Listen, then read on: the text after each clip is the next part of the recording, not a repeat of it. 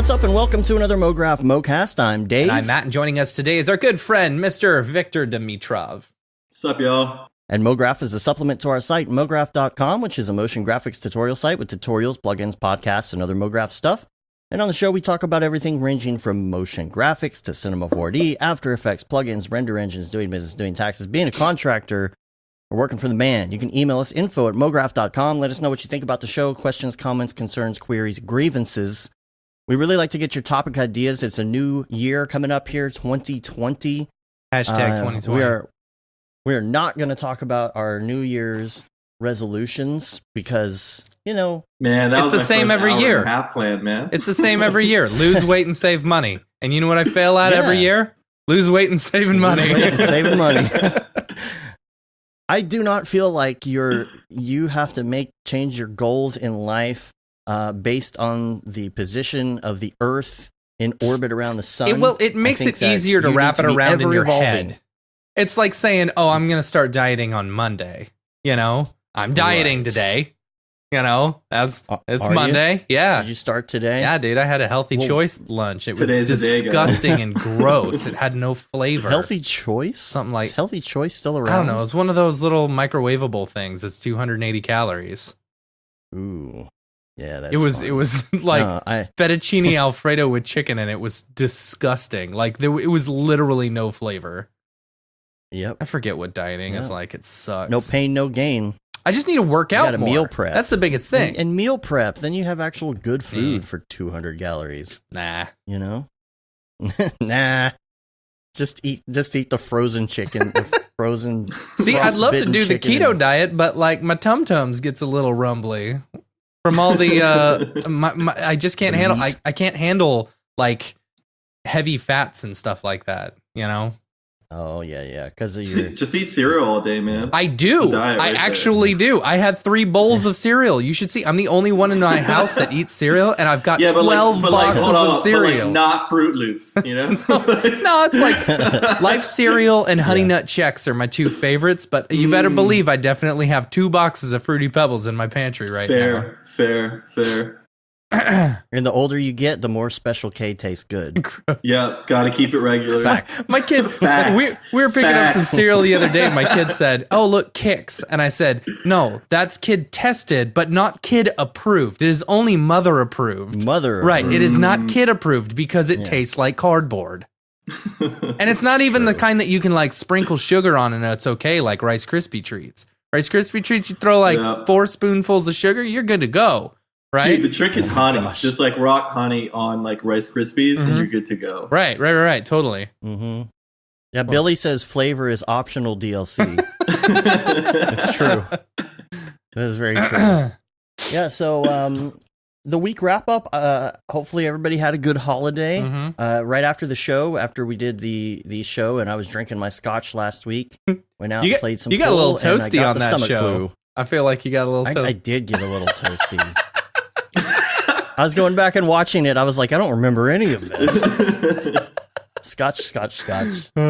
Yeah. I got the stomach flu, and everybody I know basically got the stomach flu. So not me. It wasn't pretty. Some people were actually sick on Christmas. So yeah. But hope everybody had a great holiday. I did get a new keyboard after spilling the coffee onto it. That was an expensive mistake. Well, you went buck, huh, on that holiday special? You like drank your scotch and spilled it on the keyboard? No, I spilled my coffee before the show because it was under literally my right before and I couldn't show. see it. And I moved my hand across and it didn't get on anything, and I thought I was scot-free. But in the Razer keyboard under the space bar, there is a little itty bitty slot, and it got a little drop right in there. 5 keys stopped working, and there's nothing you can do to fix it. It's gone. So I moved up. I got like the top of the line elite whatever keyboard on sale at Best Buy because of a mistake. They put the wrong price on it. Oh, nice. Sick. And, yeah, I got like $25 off a $200 keyboard, but that's cool. It's not as clackety clack, which is good, but it's still clackety clack. Nah, I like the clickety clack. Does it light up in the dark? Oh, heck yeah. And it has a little wrist pad but the wrist pad attaches to it, and it has lights, LED lights that go around the wrist pad as well. It looks really So slick. you mean you've got handcuffs attached to the keyboard now, so that like it never leaves, basically? Oh yeah, I could. Yeah, but it's and also the one thing that I didn't like about the Razer keyboards is to turn the volume up and down, you had to hold the function key, and now I don't ever use that anyway. I just manually do it. Oh yeah, I'm like the worst at keyboard shortcuts, unless it's After Effects. After Effects, the only thing that I like ingrained in my brain, keyboard Control shortcuts. Shift C. What? Control Shift C. Control Shift C. What is that? Oh yeah, I love that Control Shift. Okay, maybe I didn't. Welcome to the shortcut hour. It was also we're going to discuss our favorite shortcuts. Final Cut Pro, Final Cut Pro 7. I ingrained those in my head. A lot of good that did me. Yeah, right. Whatever. Oh man, I remember Final Cut Pro. I used to use that too. That's what we were all trained on in like university, and then afterwards, and you would actually look down at Premiere or anything like that, and now it's so different. Yep. I know, right? It used to be, Premiere. Are you kidding me? Yeah. The biggest mistake. There was always that one guy that used it too, and then like everyone was like, nah, B. And then afterwards, everyone just went to Premiere just because they did like that big shift. I think it was like Final Cut X or something. Yeah. I was at the announcement and everyone was going crazy. It looked very cool. Oh, you were at the announcement. I was at the announcement. It was very cool, I was at the Super Meet in Vegas, and I was super pumped about it. Everyone was. You had people like in the audience screaming, "Give it to me now!" and stuff like that. It's like, all right. Everyone was laughing. Really? It was a good time, but like, I think I was hating it, man. I think Apple's biggest mistake with Final Cut X was not allowing the import of what is it? XML. I think their biggest mistake was that it sucked. Well, honestly, no. I think broad mistake. More people would have used it if one, they could open Final Cut 7 projects in Final Cut X, and two, they could import XMLs. If they didn't, like, by not doing that, you had a whole bunch of people buy a software that they couldn't even use. So now they're like, okay, well, we don't know when they're going to update this, if at all. So let's find the next option. Ours, like when the place that I was working at, we were going to move over to Avid. We even bought like the full Avid, it was like, same. And Avid changed their price to like $300 at that time. It's like, okay, that's pretty simple. Let's go ahead and do that. But then, I don't know, we stayed on Final Cut 7 forever until Creative Cloud. It was perfect for Adobe because everybody already owned Premiere. Yeah. It was perfect. So when did you do the shift from like Final Cut to Avid to then like get into CGI? Because I had like a similar kind of road through that as well, where I started off as an assistant editor, then editor, and then went into like more motion graphics and CGI stuff. It was all titles. For me, it was all titles. Like I wanted to do titles in 3D. So it's like, all right, so I want to create some titles in 3D. I want them to look cool, have some depth, And then Dave taught me Cinema 4D, basically. See, it was backwards for me because I was editing non-linearly. I gotta let the dog and then out. I got into 3D. So when non-linear editing came out, I was already doing 3D. So it was kind of back and forth for me. I really got back into 3D for reals, like, I don't know, 2008 or 9, somewhere in there, like back into it. But that's when GSG was really starting to take off. Yeah. That makes a lot of sense. Out about C4D. Yeah. I felt like I always had like C4D around. It was always the thing that like I could understand better. I went to this like I worked for this company, and this dude who was basically way ahead of me at the time, he found out that like I had some sort of inkling towards like just 3D software, and he knew that like I had a background in After Effects, and he was like, "Yo, check this out," because I've been tooling around with Maya, and like it worked. Like Maya's great, like it's really good. It's just that if you got like the mentality from like an After Effects, which is just layers and nulls and all that kind of stuff, a lot of that transferred back into Cinema 4D. You just kind of understood it a little bit easier, or you felt you did at least. And You know, like I always describe like Cinema 4D as like the Fruity Loops of like CGI. You know what I mean? It was just really, really quick and easy to kind of get things going. And yeah. And anyways, yeah, the Fruity Loops of CGI is one of the first ones you torrent back in the day.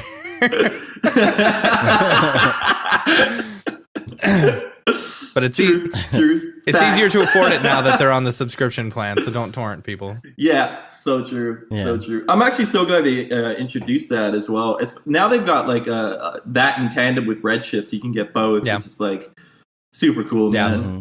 I think I think that's the whole reason why Adobe did so well, is because their stuff was so easy to torrent back in the day. Oh, it's true. It's true. They were even you can learn that much quicker, right? Yeah. I thought that was always like the main thing. Like if you torrent it to learn it, and then if you see a real use for it, then you kind of just buy it. If you start making money off of it, you better not be torrenting it.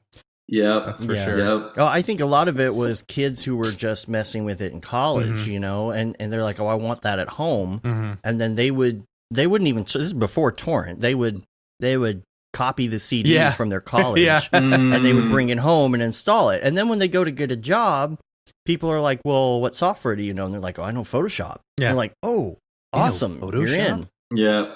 You son of a bitch, you're in. That's funny. So, other week wrap-up things, just real quick. I did want to mention, a little, maybe a week delay for me on this Houdini course, just because I was sick. But I'm just powering through, getting this Houdini course done, Mark's Houdini course. It's and Matt, so you've been good. doing every single. I have done every single lesson. And so, like, I was. Here's the thing. So Mark says at the beginning of this course, you know, 3 words. He says, Houdini is easy. And so you watch this and you watch his little motivational speech at the beginning. And you're like, I don't know about this. I've opened Houdini a lot of times and I've done a few tutorials and it does not seem that easy. Mark makes it very easy. The thing is, you like his motivational speech? Yeah, it's really good. It gets you pumped. You know, it gets me pumped. But the thing is, like, he goes through the interface and everything.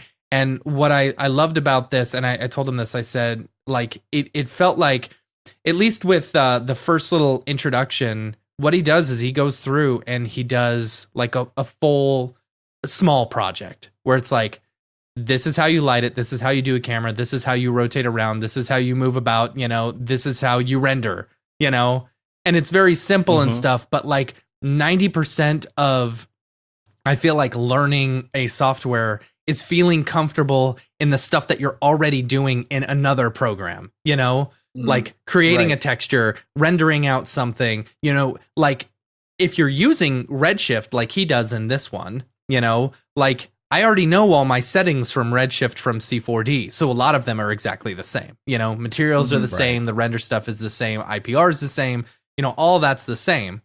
So it's like, it's cool. Like just right off the bat, you know, you're able to hop into it and feel kind of comfortable in it.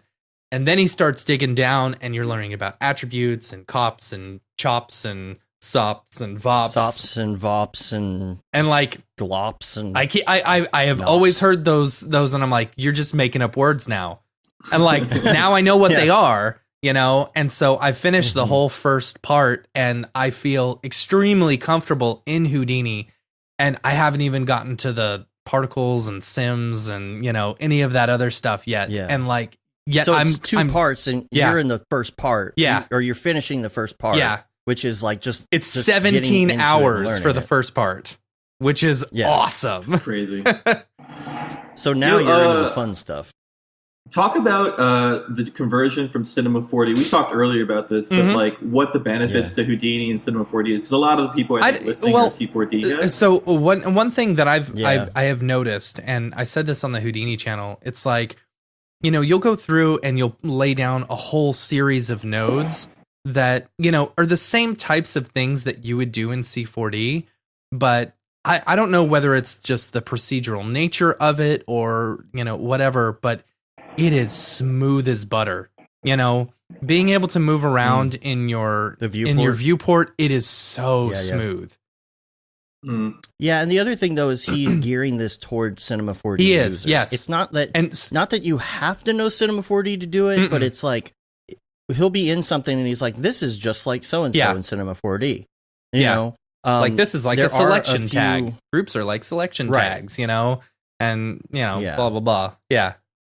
So it's definitely, if you don't know 3D, you don't want to jump into this course. If you don't know any 3D, you're not going to know. I don't know.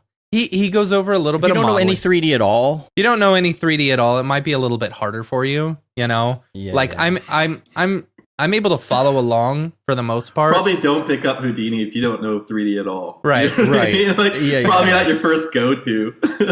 Exactly. It's something where there are some lessons where he hops into Cinema and says, "Here's how you round trip." Yeah, you've built this thing in Cinema. Now you bring it into Houdini and you do these crazy sims, particles, smoke, fractures, and all this stuff.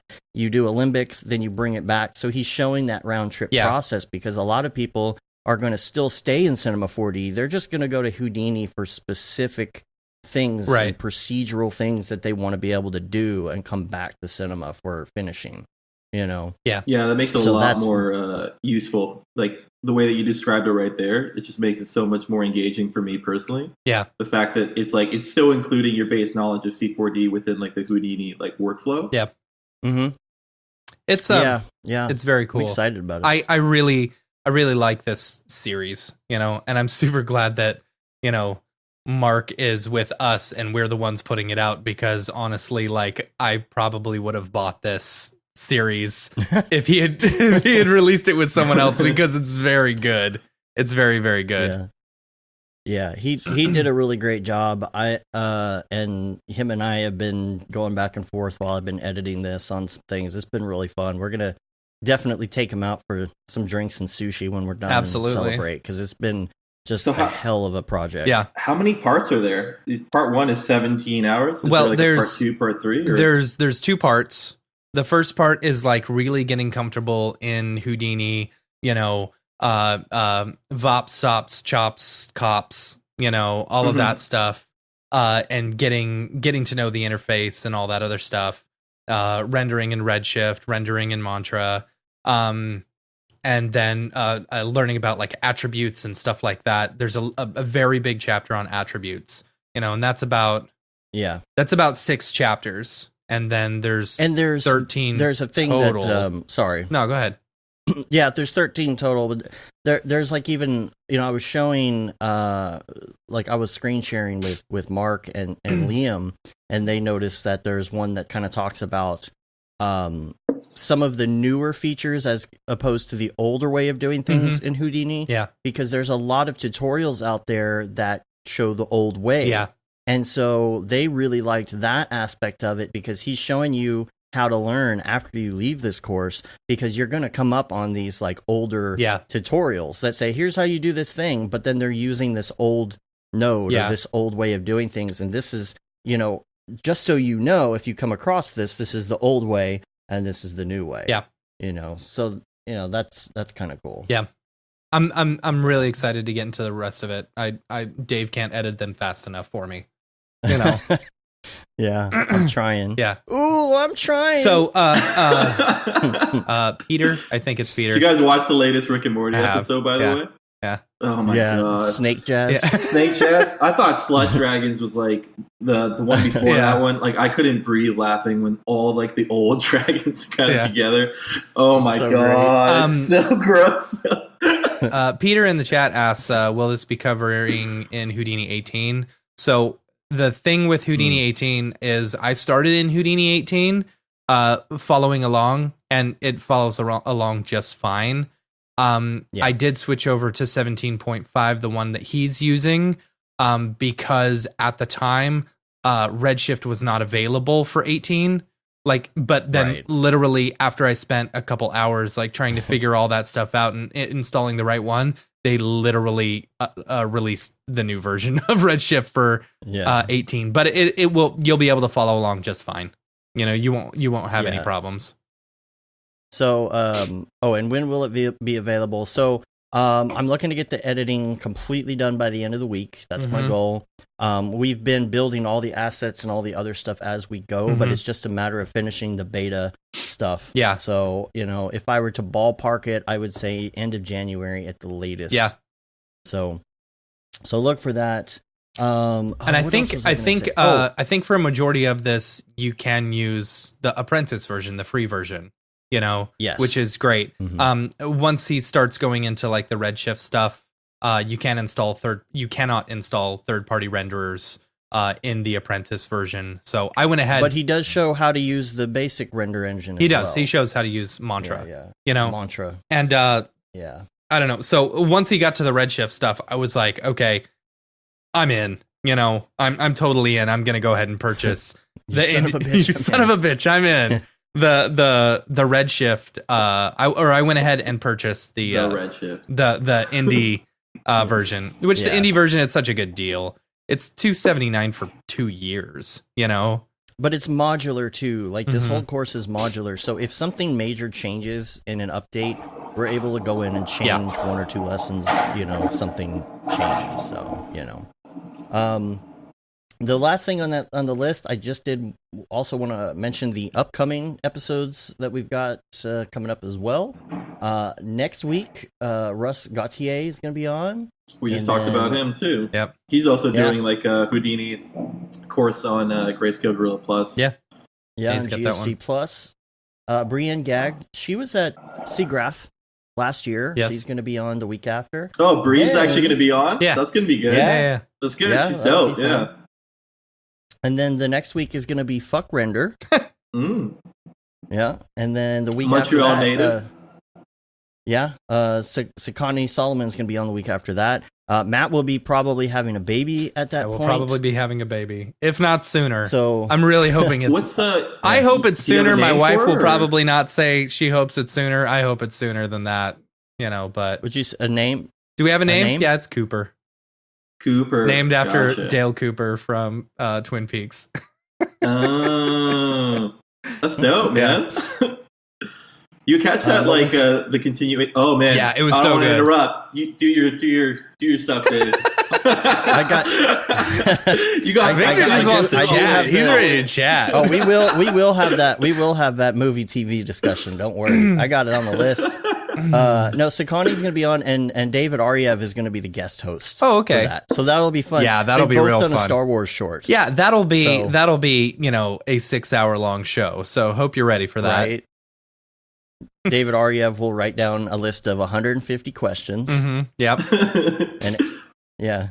Is the Sakani? Did he do that thing with the chains and the woman in the golden cloth? Yeah. That's him. Okay, I believe. Oh. Yeah. Yes. Well, he just did the Star Wars short. Yeah. Okay. He did the other one with which was for a client. It was the one with the suit. He showed that off. Yeah, he showed NAB that one. East. And it has hidden. that really cool shot at the beginning with the weird compression, like the lens change, the focal length change. Gotcha. Going through like triangle tunnel. Victor, you're talking about Hidden, the one he went over this 2 SIGGRAPHs ago. Yeah. That's the one that I caught, and it was just he went through like these chains wrapping around like this. It was kind of like a short film too. Yeah, and that guy's crazy good. Crazy good. Yeah, definitely. Get hyped for that episode, guys. So that's it for the week wrap up stuff. So topic wise, let's talk about you, Victor. First of all, let's talk about your background. And one of the things we always ask people is, did you or did you not go to school for what you do specifically? I don't think I went to school for this exact. I don't think I went to school. So basically, I went to this university called Ryerson for a program called Radio and Television Arts. And so it's basically based around, I think it's geared mostly towards film and television and basically camera work and learning how to edit. And that's really like where my first passion was. It was in post-production. And basically from university, just did a whole bunch of. I worked over at the Canadian NBC, which is CTV. Okay. And I was like a VTR clerk, and I was going to school and VTR clerk, by the way, guys, is like you stock like the tapes so that they can air these tapes. So that was like my first job at like 19, and so did that, and then from there I became an assistant editor, and I got really wrapped into it because as a VTR clerk, your time is short. Basically, you're like, I can't do this for like a full career. Basically, I can't do this thing. I used to untab videotapes in a place with a screwdriver all day. We would you'd collect the tabs in like an old DVD like holder, and then you'd melt them together. No, never did that. That's fun though. Yeah. We'd take the little shrink wrap thing and we'd melt them into a big ball of VHS tabs. Oh, it got weird. It got super and that is weird. definitely something where you're like, okay, I cannot do this forever. For sure. Yeah. But yeah, so like, I didn't melt stuff and turn it into a ball. I feel like once I got to that point, I knew I had to go, but luckily I didn't get there yet. I got lucky, basically, through my university, they make you kind of get like an internship. Mm-hmm. So I ended up getting these 2 internships. So I was going to 2 of them at the same time while in university and kind of just scoping out like what I was interested in. Mm-hmm. And I always liked editing. I kind of gravitated toward it pretty easily. It was just felt like really natural, especially when you've seen as many like films as I have. You just you understand pacing really intuitively.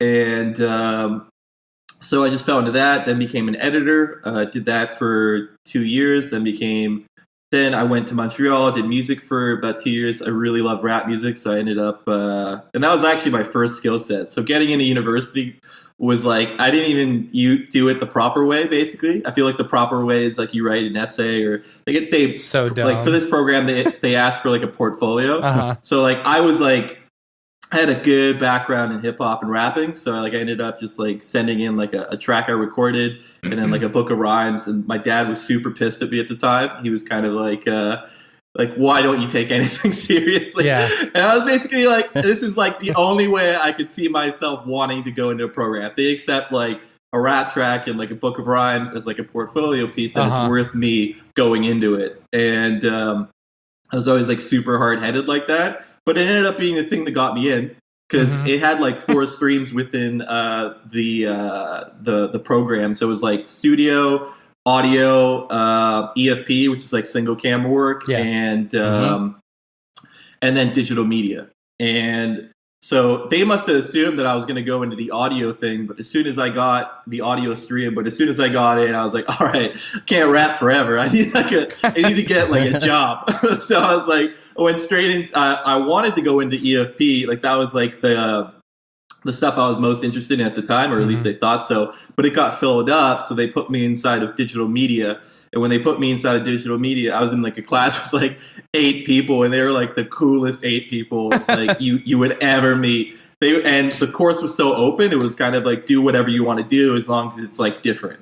And using a different software, and like I love that. So I got really into like green screen work, and then I got into a little bit of CGI work through that, and the course instructor was super cool. As long as you were creative, like that's all they cared about. That's all like she cared about, basically. As long as you did something interesting and creative, then she was hype, And I was always really good at like wanting to learn a software and then pitching it as if it's like this creative thing, but in reality, I just wanted to use like the program, like the school system to actually learn something I'm interested in and like get a grade for it, rather than like I guess try to people please, which is I think that like that was something I noticed within my university years. It's like, if you're just going through like the curriculum, like I don't know if you really get anything out of it, but if you kind of use it like to your benefit to kind of learn these softwares or learn anything you're interested in. So whatever assignment I was given, I always kind of shifted it a little so I could get something I wanted out of it through that. Yeah. That's smart. And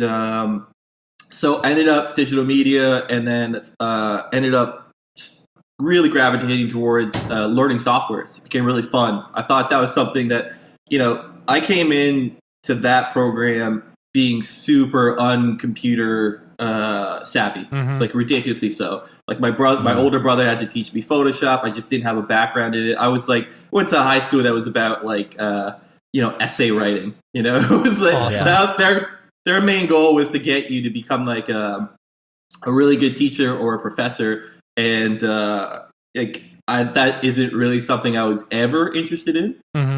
So when I went into university, I did undeclared first, and because I was like I needed like a year to figure out like what I'm supposed to do, and I had this really good buddy.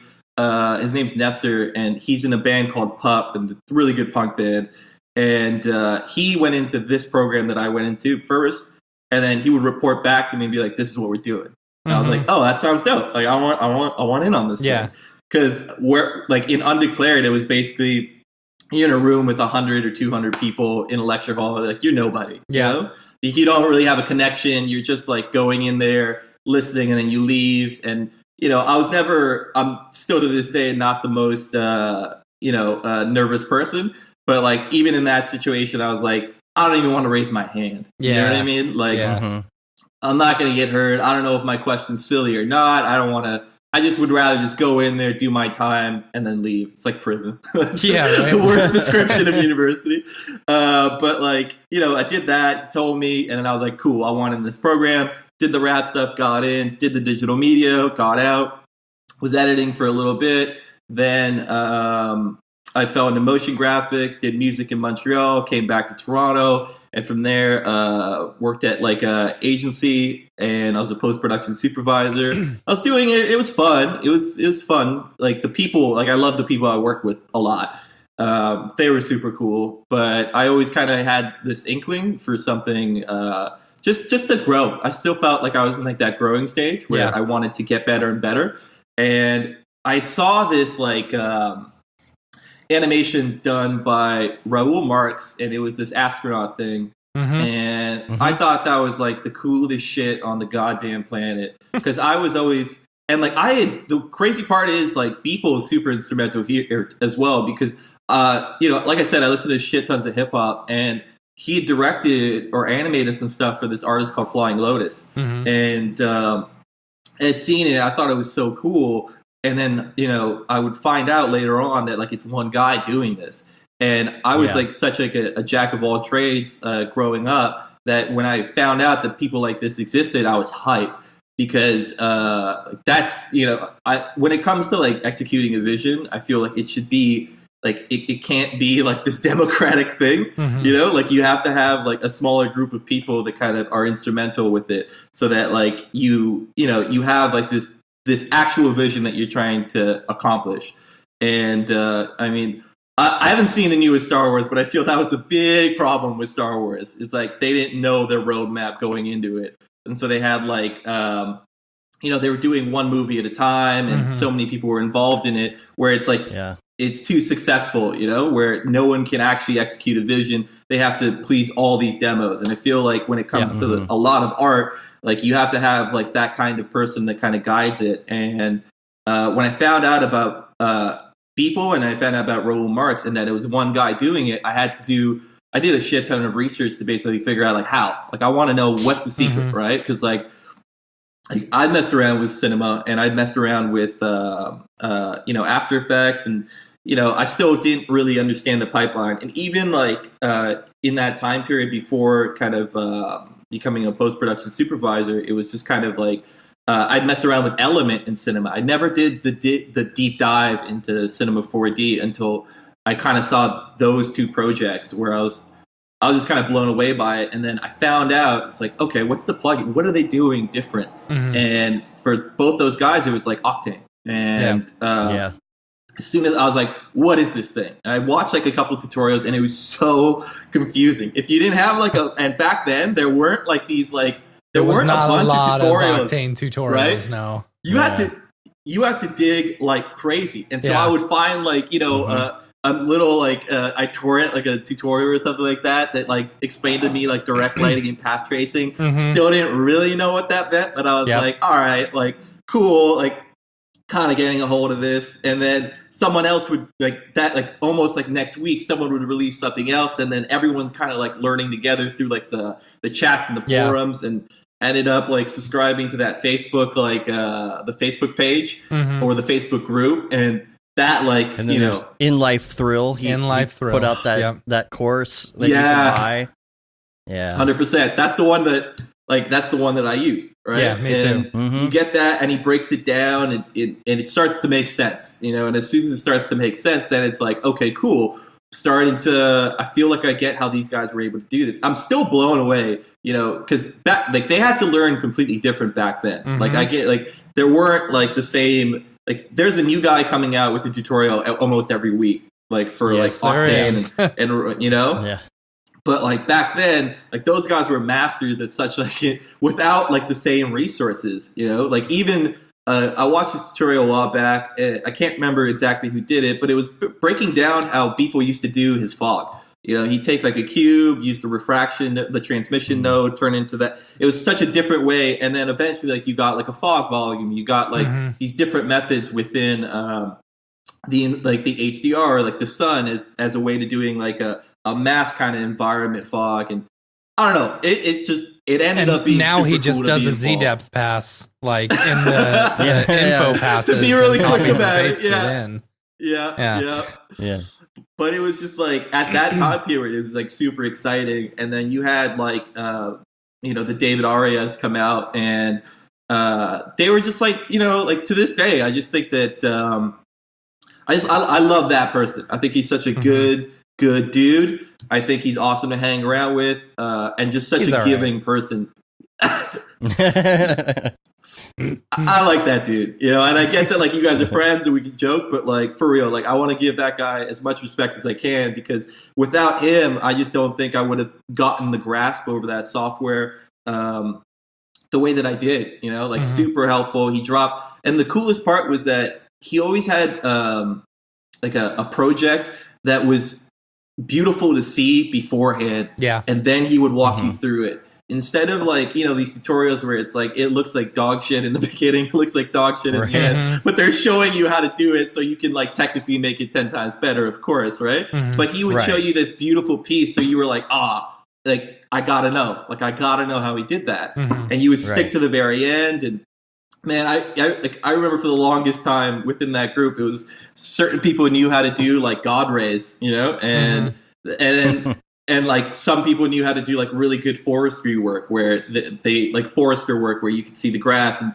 like I would look at that and be like, "There's no way I'm touching that." And then he like dropped this tutorial that basically like broke down God rays and that, and it was just so instrumental in like the growth of everybody. Where like it was an awesome time to kind of learn the software and like be a part of the community. And as soon as I got that, I started to really understand it. I did my own short animated piece, and I pretty much I spent about like 6 months learning, and then I spent, you know, about like a month crushing that thing out. But I would systematically like drop these like just concept art building towards it, and each piece of concept art was like a way of learning a different software, learning a different technique within Octane and Cinema, just to get like a better grasp of it. And you know, I love Beeple's awesome, so is David Aria, but another guy that like I feel like I want to give shout outs to is like Chad Ashley, because I think like he gave the most in-depth texturing tutorials I'd found, and the way that he explained it was always so brilliant, where you felt you understood why he's doing something instead of just seeing the person do it. You're like, this is the reason why I would do this, because I want to add more variation within my texture and the dirt, and like basically break it up so that the edges look a bit more realistic. And like that dude, super talented. I got to meet him in Vegas, and then again when I was in California doing that SIGGRAPH presentation. And I like to think that we became friends, and I'm just so thankful to have like that guy to have met that dude, just because he kind of lived up to the hype, I guess. Like he ended up being just as cool in person, and same with David, and he's all like right. all those dudes.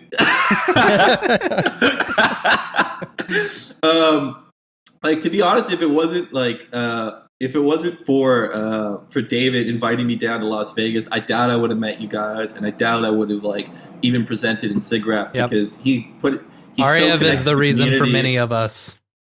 Yeah. Yeah. He's kind of like, when he vouches for you, it's like it means a lot within the community, and like like a solid dude, and so is Chad. So I went through like all like Chad Ashley's tutorials on texturing, and as soon as I got that, I felt really comfortable with it, and I just ended up putting this thing together. And a big part of it too is I noticed a lot of people were using like a lot of these stock assets, like the stock astronaut and like the stock whatever, and like I just felt like if I wanted to get really good at this, like I had to make my own version of this stuff, and it's like a really like hip hop. When you're rapping, right? Like you don't want to sound like anyone else. Like that's the main thing. Like you just want your own style. Like because basically, like if you come out and you sound like Nas or Jay-Z, well, guess what? They already exist, and they're already 10 times ahead of you. There's no lane for you to kind of grow because you'll always be the guy that sounds like this guy, right? And it's the same thing. I feel like when it comes to art or when it comes to CGI stuff, it's like you always have to have your own lane, like your own style when you do certain things, so that like when someone looks at it, they know, oh, it's that guy, you know?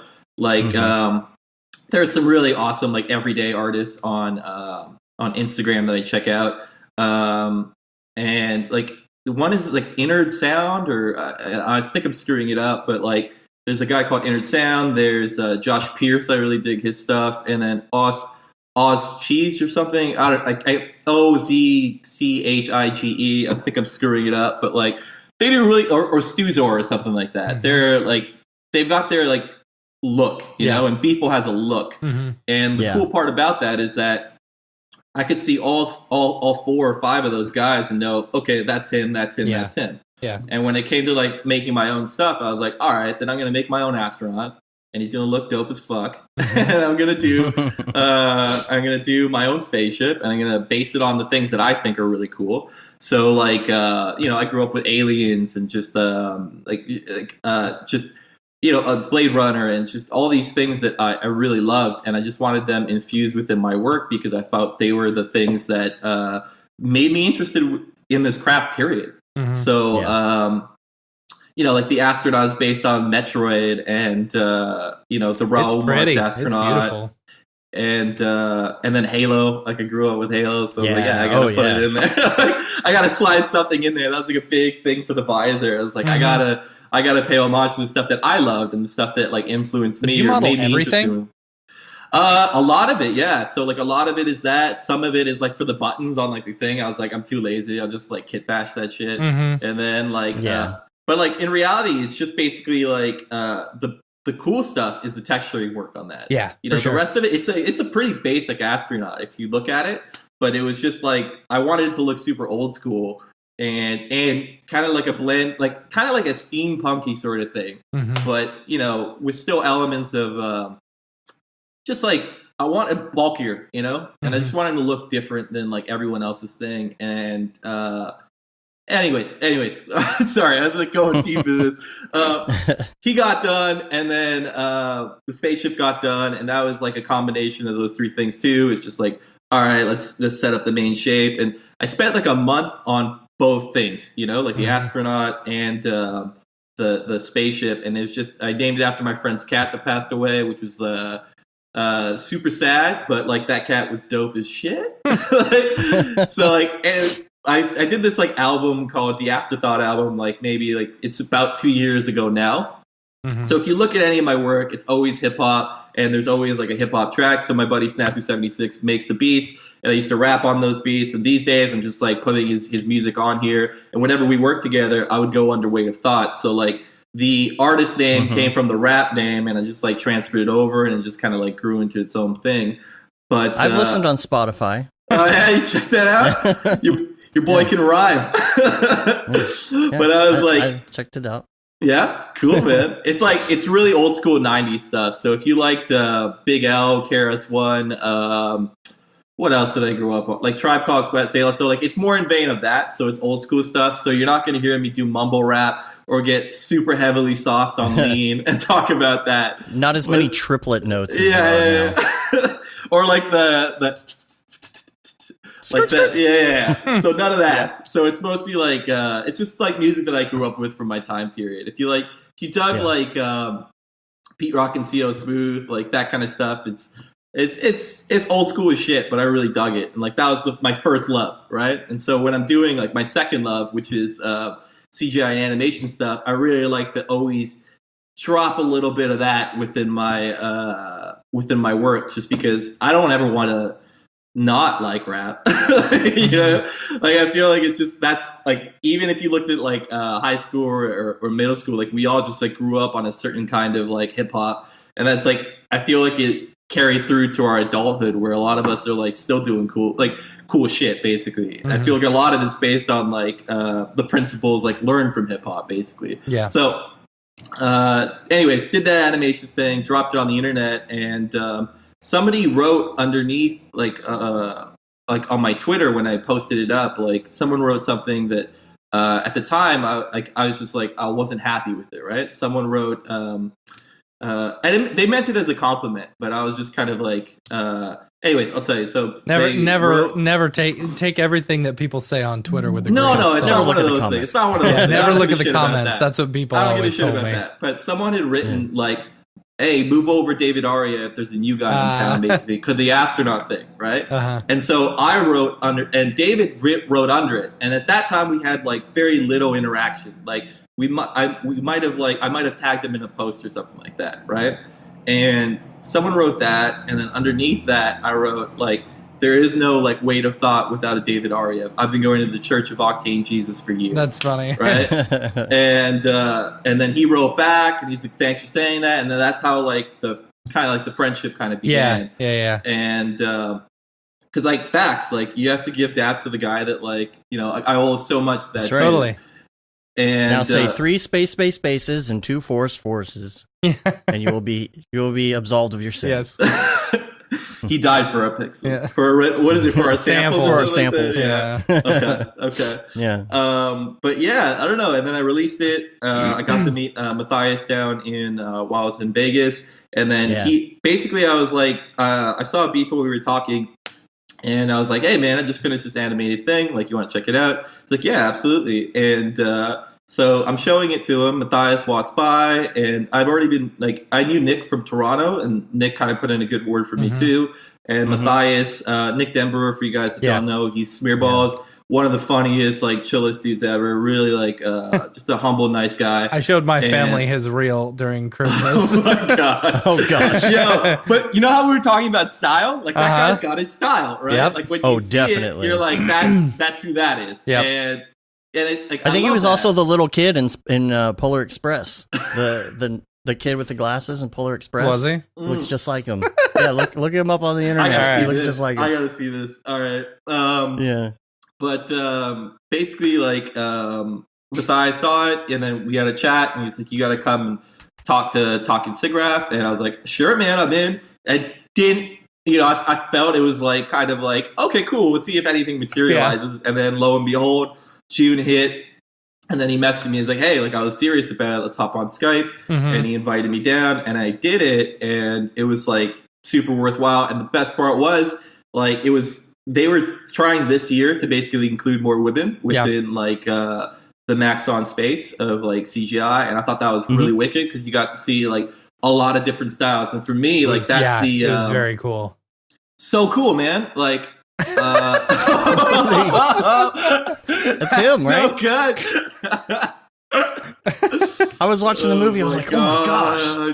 The glasses are dead on, too. Dead on, man. But yeah, so there was just some really awesome, like, talented. One of them is Brienne Gag. She was super cool. Yeah. Like, I loved her style. Jess Herrerasaurus. Yeah. Right? Am I getting it right? She's super dope. Shams, of course. Shams. She's in the chat right now. Yeah. Oh, is she? What up, Shams? I could make fun of Shams about something, but I'm not going to. But what else was there? There's someone else. Hold on. Her name always escapes me, but I love what she did. She did like Labrona. You know what I'm talking about? Blake Catherine. Blake Catherine is also super Balake. She's super sick, super sick. I loved her Redshift stuff, but it's Rona or something. Damn it, man! Like she's I gotta get her. I gotta get her. Does anyone in the chat know who I'm talking about by any chance? Like, she did like this watercolor. Did I mess up her name? I didn't mess up her name, did I? Blake. Blake. What? Blake. Blake. I know who you're talking about, though. I'll find her. I got it. Liron Askenasi Eldar. Liron. Super dope. Super, super dope. And she just has such an interesting like take on like the art. And if you guys like look online, follow that person, because like I said, like I'm a big fan of styles. Like that to me is like the coolest thing. Like if you can stand out and you could look different. Like a lot of the time I feel like what I do is basically crushing Tonka trucks together. You know, it's like it's such a boy look, you know? But when like you see someone like that, like kind of making like postmodern art with like, you know, CGI stuff and really simple, beautiful stuff, I'm always like super impressed by it, because it's not how I would attack the software. Yeah. And like seeing like a lot more like of that kind of creative work kind of, you know, within our space is so much better, because I don't want everyone to look the same. Like I don't like that, right? Yeah. Like I liked having like different styles within like our sphere, because like I'm not gonna lie, I'm gonna watch a tutorial, I'm gonna take a little bit of this and take a little bit of that and like put it within my style. Yeah. And like that to me is like the best part about like that that whole experience, was just meeting these other people that attacked the software a lot differently than I did, and it felt really, really good, man. Like just meeting a lot of really cool people. Billy Chickless or Chicken or Chicken. I just call him Bill. Chicken. We love you, Billy. Same thing though. He has like a really cool style too, super realistic in his texturing work, and I got to know a bunch of really like awesome people that I think. And same with you guys, you know, like we've known each other. I've been watching your podcast for a while, and like to, you know, be invited on such a big deal to me, because like, you know, this is my introduction to a lot of the people that you know, grew me as an artist. So it's just like really cool to be on here and to hang out with you guys, and it was dope. Hanging out with you guys. The limo. Like, you went to the limo party, right? I did go to the limo party. Yeah. Blame Aria for that, Jim. Like he's like, yo, you got to go to all these things, and he basically like gave me like this like massive list of things I had to sign up for. So this is the really dope part. This is why like where I felt like really included within the community, because it's such like it's a tight knit community, but I feel like once you have someone that vouches for you, it becomes really easy to kind of you're in. And so he invited me down. He's like, you got to go to Las Vegas. Who was this? And I'd been, this is David. Oh, Arya. So I basically like, you know, I've been burnt out, flat out. I was just I finished like that animated piece in December, and then January hit, and I didn't want to take on any freelance work. And in all honesty, I didn't. Like after that was completed, I felt really like empty. I was kind of like, oh man, like I kind of poured it all out there to kind of finish this thing. I did a shit ton of work on that. Like, and I'm super detail oriented. So like there are going to be things that like, you know, and I created my own earth, you know, like my own everything in different, like in these different like ways. Like I looked at everyone else's methods, and then I kind of found like what I felt was like a more interesting way to kind of do it. Not a more interesting, just a different way to do it. Right. I don't want to. Your own spin. My own spin on it, right? Yeah. So your remix. There you go.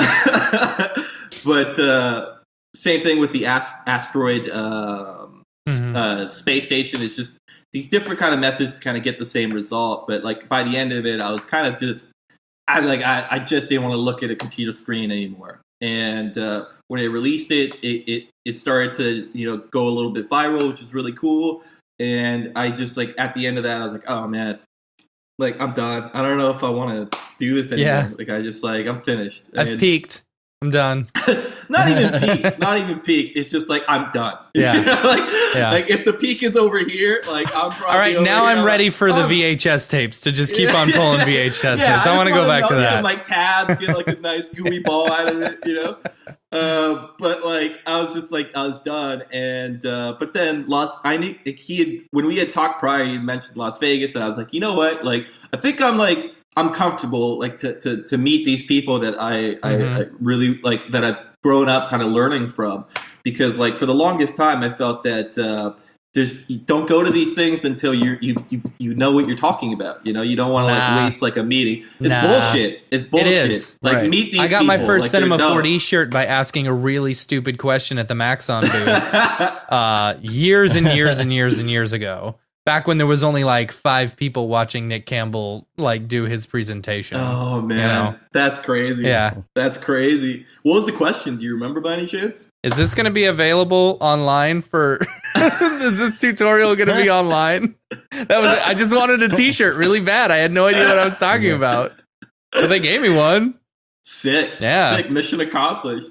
But like, I felt like, oh, you have to have something at least to show that you know what you're talking about, right? Yeah. Which is like a silly kind of way to go about it, but I felt I needed that, you know? And he's like, just like come through. You're gonna have a good time. Trust me.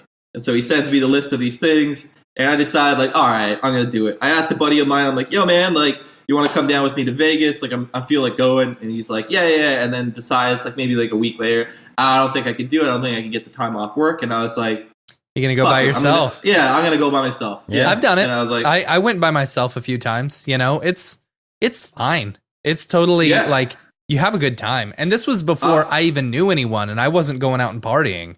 You know, dude, this is exactly where I'm at. I'm like, I don't know these guys. I don't know how it's going to turn out. Yeah. I just like this dude that I really like. I admire his work. Invited me down. I should go down, and maybe I'm going to have like. I assumed I would have like a 5-minute conversation with them tops, you know, and then like not weird each other out, and then like never talk to each other again, basically. So I was like, all right, if that's my peak, like that's what I assume will happen. That's all the best I could hope for, but I still want to go. I want to meet people that do the stuff that I do, because like I don't meet a lot of them around me, right? Yeah. So I'm like, let's go, let's do it. So bought the ticket, went down. And I came in a day before like the show started, and I picked up my badge, and you know like I had David on like at like Facebook basically, and I was like, should I message this dude? Nah, I should wait for like, you know, when the show starts. Like, but I was like, I had like no one around, so I'm like, fuck it, like let's just go. Like I'm just gonna do it. Like, so I sent a message, and I was like, hey man, like I just got here. So I wanted to let you know, if you ever wanted to meet up, let me know. And messaged me right away. And he's like, hey, meet us here. Yeah, right? exactly. Exactly. Yep. And so I was like, oh, thank God, you know, like, because like I had nothing to do. So I was like, all right, okay, cool. Let's do this. So he's like, meet us at this pizza spot over in like this hotel, this Las Vegas hotel. I was like, okay, cool. So I go there, and right away gives me a big hug, and like you feel like, oh, you're cool, you know, like you're dope, like so easily do you feel like at ease and like secure, and like he's like, yo, Vic's super good at this, like you guys have to see his work. This guy does this thing, and he's introducing me all these other people. I got to meet this really good dude, Matthew Belden, who I still talk to. And then Ryan Talbot, who does Talbot, who does amazing tutorials. Just like, that kid is so freaking talented. Yes, he is. Like, it's so cool. He's moving to Dallas. Yeah, he's moving to Dallas. He's going to hang out with us. That's so sick too, because I think, you know, he's also working at Already Been Chewed, right? But he's coming to hang out with us mostly. Right. That's mainly why he's moving here, is to hang out with us. But no, just such a it was such a good group. I got to meet Chelsea, his beautiful girlfriend, and like his awesome partner. And there was just like a really good crew to hang out with. And right away, he's like, hey, we're going to go to this VR thing. And I was like, oh man, like I don't have a ticket. And he's just like, that's okay, I bought your ticket. And I was like, what? He's like, yeah, I bought your ticket. You're coming with us. And I was like, right away, he just felt like, okay, it's going to be a good trip. And every day that went by, it's like, got to meet more of the people that I would check out their tutorials online. Everyone was like, just really lived up to the hype, basically. They were just really kind people, super knowledgeable. You could ask silly questions. They were like so down to listen. We exchanged like work stuff and show each other like what I was working on, what they were working on. And it just became like really like a really good space, basically. We all got to hopped in a limousine basically at one point.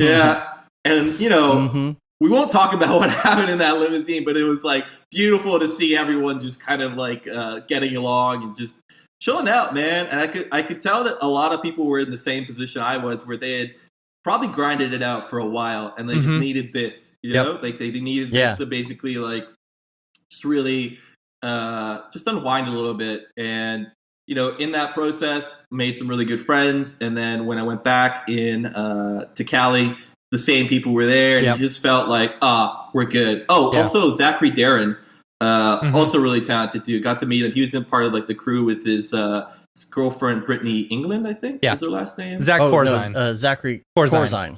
Zach Darren is his and Instagram it's his fake name last or name. something. Gotcha. I don't know. Okay, it's fake. That's all right. Maybe it's his Victor's real like last you name. thought is my fake one. It's Secrets out. Yeah. Secrets out.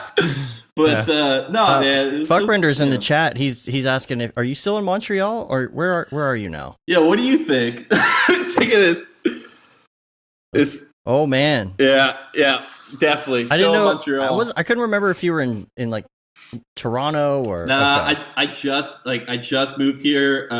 Probably like around the time I did the SIGGRAPH thing, I got a job offer over at Double Negative. They do like a lot of visual effects work.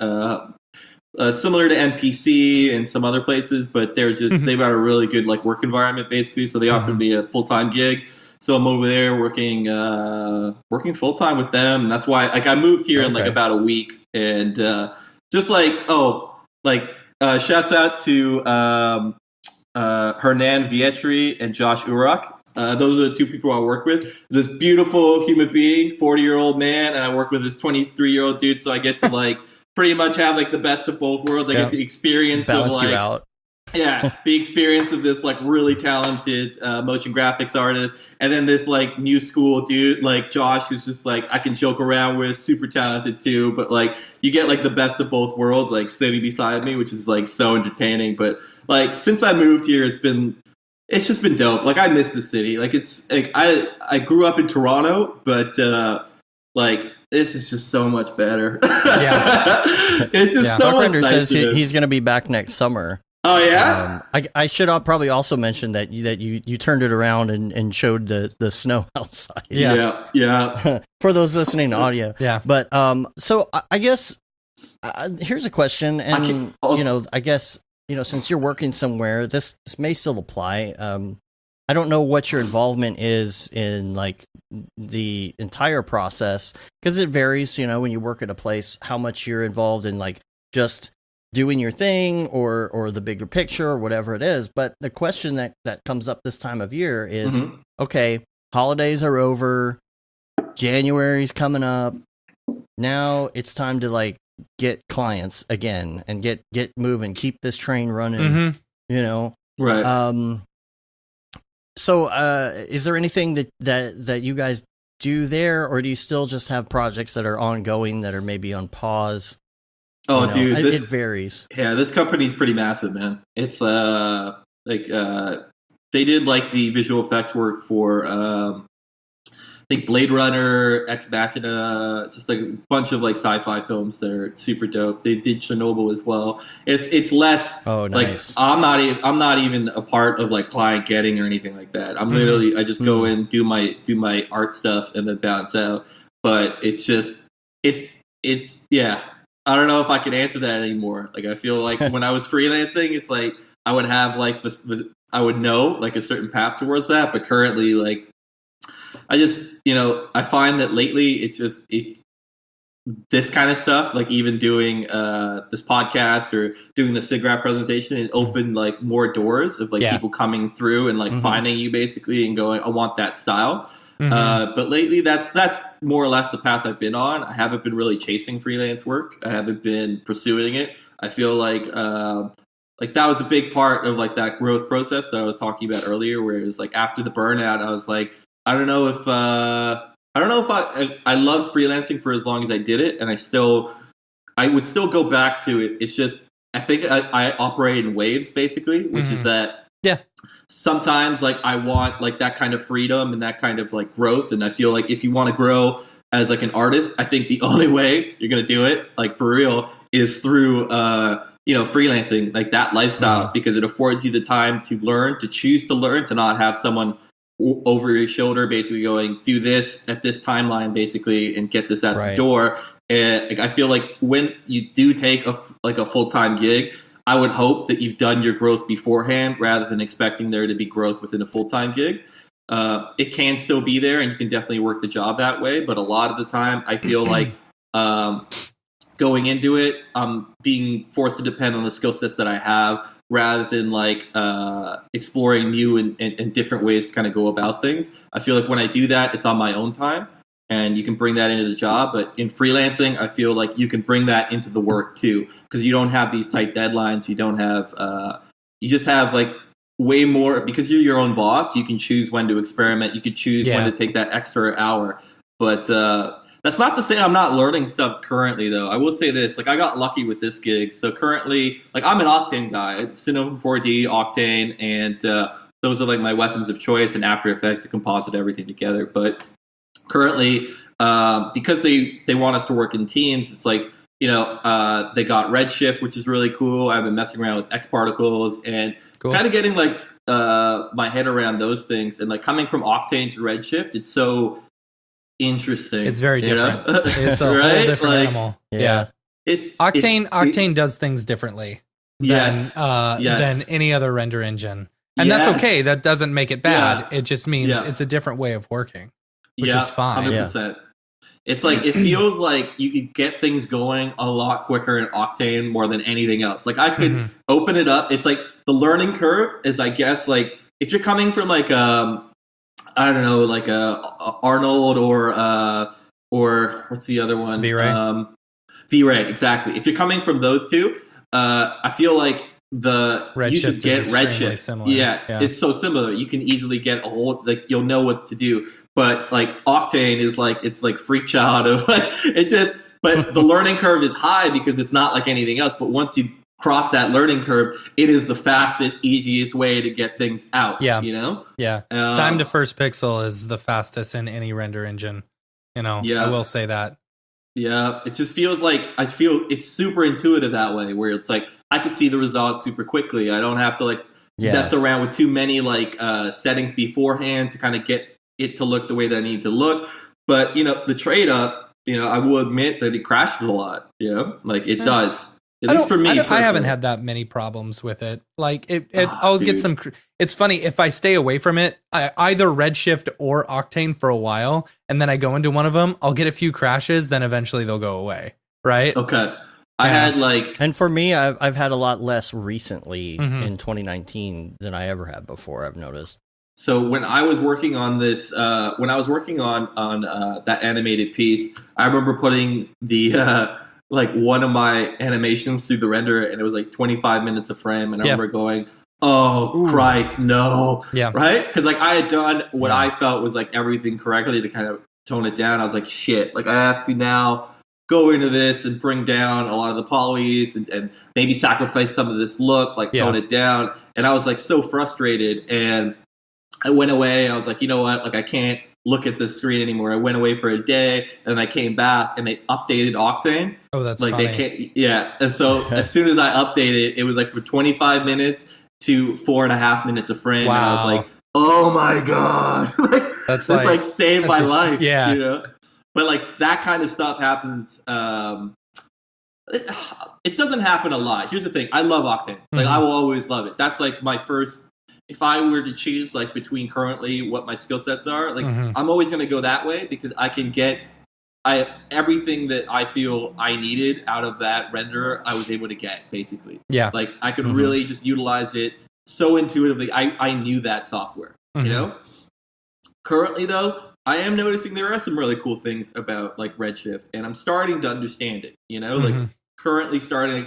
Once again, shouts out to Chad Ashley because I'm doing like their Redshift like tutorial video thing, and it's super helpful. And I think it's the dude from Man vs. Machine is like Trevor Kerr is Trevor Kerr, and just does such an excellent job. And I'm just kind of going through it, and it's really cool to see what does transfer over and what doesn't. And there are certain times where I feel like the Redshift structure like makes so much more sense sometimes. You know what I mean? Like it just feels like, oh yeah, that's probably how it should work. But like coming from like the Octane background, it's like there's like they basically got that Uber material. Do you remember that? Like when they got that, and like you kind of combine all these things. But before that, it was like you had your mixed material and you had to create separate materials. It's very much the same, but for some reason, I feel like the way that the tools are even labeled or called, it makes a little bit more sense. Like the color compositor, and you can use like certain things like screen and multiply to blend your things together. It's like it works. I get it. I'm starting to understand it. Having a lot more fun doing Redshift and trying to get my head around it, because like I know what the next thing I have to work on is, and it's like a different personal project that I want to put together. I still want to finish the weightless animation, but I think like I might do it through Redshift just because of the stability, because I know I'm going to be pushing things. Like I'm going to be putting a lot more stuff into it, and I'm going to need that that kind of the power that it kind of gives. Yeah, like especially when you can do these proxies and like, you know, like learning how to like export a proxy that's super compressed, but you can now have that thing that like it takes up so little space within like the render engine and like your memory, so you can kind of just have more and more detail. And like if there's one thing that's like a signature of my work, I feel it's like the details within the little things, you know. And the more I have of that, the happier I am, the more I'm like proud of my work. And if I could have more of that within there, you know, doubling up the displacements, which now Octane has, which is wicked.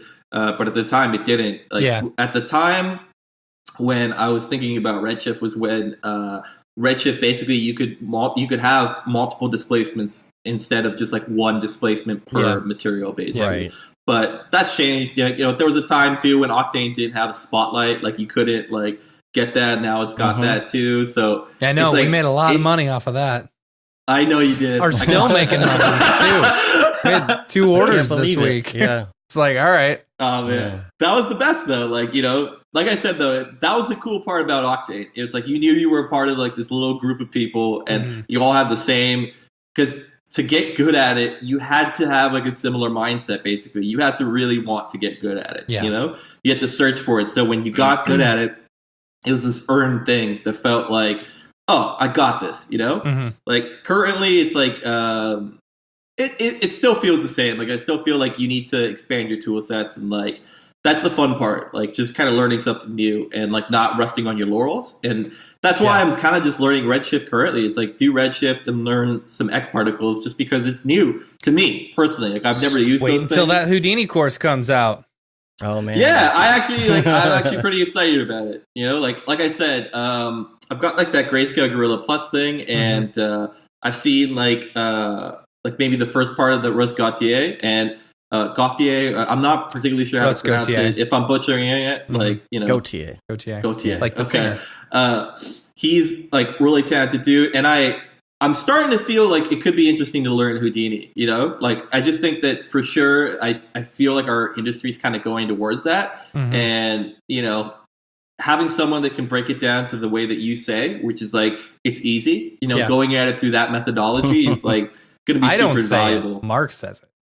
Well, and I agree with you, right? You know, like I feel like this is something that's on the docket of things that I know you guys wanted to talk about. So let me ask you some questions, because like I know we had that moment in the beginning, but like it does interest me. Like, how do you feel now about Houdini? Like, do you feel that like you're going to go to it more often, or do you feel like I have always wanted to use Houdini in my pipeline when it comes to like.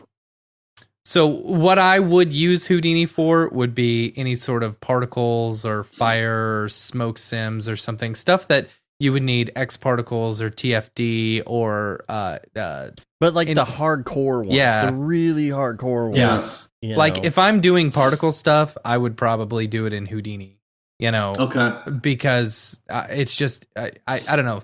It's great to be able to go to one program, you know, and bring that all in and stuff like that, versus having to do 4 different programs and if you're sending them out to a render farm, making sure that, you know, the farm is up to date on all these different programs and stuff, versus just having Houdini being able to go out to a Redshift proxy or an Alembic file. Yeah, because if you've got smoke and you've got fire and you've got particles and you've got liquid, you're going to be using like different plugins. Yeah, definitely. And so I don't know, like I'm super excited to, you know, really get really get into it, for the first time ever. And it's like I find like learning something that you've been wanting to learn, for a really long time is like quitting smoking. I'm serious. Go in depth on that metaphor. You do it once, and you give up, and you go back to smoking, and then you do it again. Eventually you're going to try it enough times to where you find something that works, that helps you quit smoking or helps you learn, Houdini. I like that. That makes sense. Of so the course would be the jewel of smoking, of learning. No, Jewel doesn't help you quit smoking. The only thing that helps you quit smoking is stopping all nicotine. Smoking. Like, cold turkey is the only way to quit smoking. That's honestly the only way to do it. I went camping for 3 days. Differ.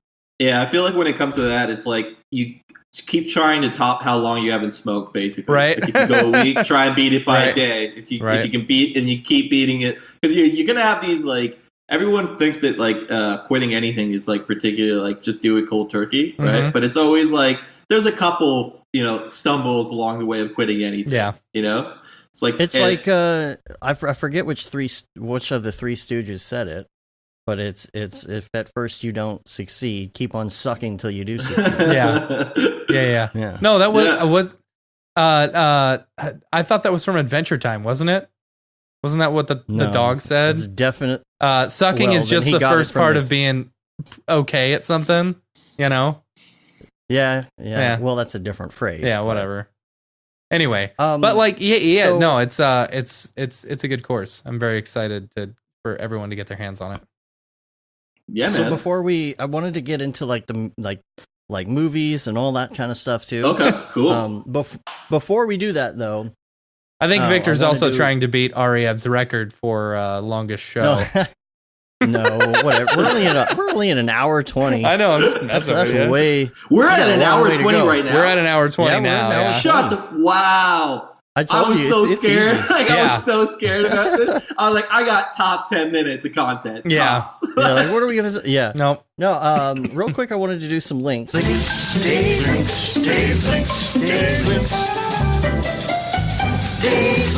But I only have one link today. But it's this thing that Ariev actually posted, I think yesterday on Facebook, and it's this insane ZBrush. Oh, jeez, that is absolutely crazy. I did, I saw it yesterday.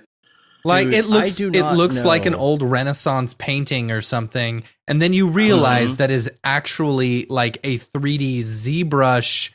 Oh, it's insane. Insanely good. I love that stuff. Like, I love the idea that like someone went so detailed into that and then made it look like not a 3D thing, you know? Like, it looks like a painting. Like, that's to me, that's always like the coolest when someone does something like that, where like I question whether it looks like a hand painted sort of thing. It looks that beautiful, right? Right. And like, you don't know. You're you look at it and you're like, there's no way that somebody did this in ZBrush. It's like back in the day, looking at like some of Beeple's stuff. I remember thinking, oh, this guy's such a good artist. Like, he draws everything. Mm-hmm. It looked like that. It always looked like a hinge of like painting, and then like you start going through learning how they're doing it, and you're like, oh, it's just some 3D models expertly like composed, but like it's not that difficult. Yeah, it's so insane because like it's a picture of it's like a church. Somebody's I don't know what he's doing. Is he baptizing him? I don't know, maybe. But either way, like all the details inside of the that's the crazy clothing that they're wearing. Crazy. Yeah. The headgear, the strands of hair, all of this just meticulously modeled. So did he paint over it, or did he make textures for this? I have a feeling he made textures. Oh my gosh! Yeah, he just threw it. He or she. I don't know who it was. I don't want to assume. I believe it's a he. Okay, I saw the profile. Look at that. That is insane. Wow. Like all the wrinkles on the face and stuff. Detail. Yeah. How many polygons is this madness? Or do you think there's like displacement textures? Or do you think this is all sculpted? Every nook and cranny? Yeah, I'm sure. I'm sure he's got a brush that like does the wrinkles and stuff. Yeah, that's the thing. Yeah, that's the thing about ZBrush. He uses a brush. That's insane. Oh Yeah, man. that's the only link I had. But what I wanted to do now was before we get to the other segment is do Peoples. Peoples, people, where do you get that Peoples, what's up with that guy? Oh yeah. All right. Let me bring up my Beeple viewer of choice. If you want to bring yours up at home, we are going to go to December 25th, Year of our Lord 2019, and this is like a tradition now. This is the annual Christmas Beeple render. This one is called Missed Quota, and it is Santa Claus beating an elf because I guess he missed his quota on presents. Okay. Beating him with a candy cane. It's always something that's outside of the canonical Beeple verse. Mm-hmm. He's going through this like you could tell like something else is going on within his style lately. Have you noticed that? Where it's like Who it's hurt mostly, you, like, Mike? political Who hurt figures. you? It's these political figures and like Baby Yoda like eating like someone's stomach or something like that. Yeah. Like it's getting so Lots of wild gore. lately. Yeah, there's a lot of gore this time around. Like something's going on with the dude. But man, my favorite one was Pokemon Red, where it's just like Pikachu, Right. like Pikachu's head on this thing. Like, oh god, man, this is horrifying. So what are weird. Shams is saying it was called Stick to the List on Instagram. It had a different name. Weird. Interesting. Hmm. That's interesting. Unless I didn't. It completely that's changes so the weird. Beeple verse.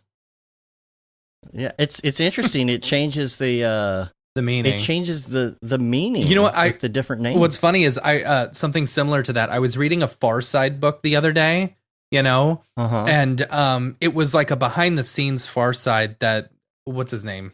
Lawson or whatever. Gary Larson. Gary Larson was talking about, and he said there were a few times where the printers on the different newspapers would mess up the caption, where they would put the caption, because theirs was right next to Dennis the Menace, where they would actually accidentally put Dennis the Menace's caption on his and his on Dennis the Menace, And it's very funny because it would just completely change the meaning. Yeah. Wow. So see, the IG was stick to the list. It's almost like he's disciplining the elf for doing something he wasn't supposed to. Right. Like creating something as opposed to not finishing his work. Yeah. That changes it. Yeah. I like. So would you say that the elf now deserves it more with the new caption, or is I think so. I think maybe he did something really bad. Yeah. Maybe he made it onto the list, and now it's time to go. No. He made he made some toy out of asbestos or something. Respect the list. Oh, respect the list. Yeah. But even so. Oh wow. Dude, Shams, you led us on a diatribe that wasn't correct. Respect the list changes everything. Yeah. I don't know. Respect the list still seems like I think he could have done something wrong. I disagree. I feel like Santa at this point is an authoritative figure, and I think the elf is innocent in both of them now. So I feel like Santa's the real culprit here. Respect the list is just maybe he felt like, oh, this kid deserves a gift because he's not that bad by his own thinking. Decided to give him the gift, and Santa's not having any of that. Yeah, he's black and white about everything. Right. Yeah, he's like, you do this not kid give anything besides coal. Yeah, no, this person. It's almost like this one had an in, and is like, okay, I know this kid. Yeah, he's naughty, but you know what? I'm gonna give him a toy anyway. Yeah, you don't. It's not how we do it at the North Pole. Cool. Yeah, we don't show compassion in the North Pole. We Right. don't do any of that. Yeah. We're very strict up here. Yes. Cool. Now this is one of my absolute favorites recently. Yeah. This is December I agree. 26th. Current events. I love this one. Do you have Absolutely love this one. Do you have okay? You guys talk. I just want to find one more because I thought this was beautiful that he did. I love the monochromatic, colors. And I love the cows and everything. Yeah. Dude, the good. one that he did yesterday, routine maintenance. I love the look of this thing. It's on the Oh, I haven't Instagram. seen that one yet. I think it's there.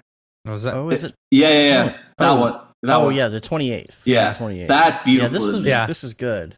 Yeah, I saw That's this one. I really, was really like, good. oh, big people's people and little people's people. Yeah, this is actually the third one on the list today. I didn't realize that. Dude, he's just so like that guy is so talented, man. Yeah. And like to meet him in person is so like he's just such like a swearmonger. Like I really like it I really like when he spends a lot of time on these. Like if I feel like he spent a lot of time on this one, you know, and like the one that he did, I'm surprised the nipples made it through. What? But yeah, I'm right? surprised the nipples made it through. Well, on the Instagram. robot nipples, you know.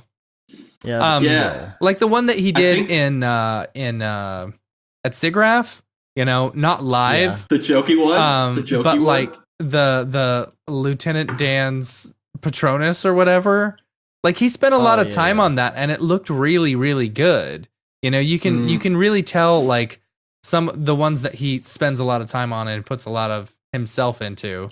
You know, let's be real though. I feel versus like he was the next tasked one. with, like the Go to the most next one. difficult task of like having someone else give him things to put into the scene. Yeah. Do you remember that? Like, Yeah. that's got to be super hard because it's like you're not really following like your own. Like, He's on here right now. Oh man, we got the perception going on.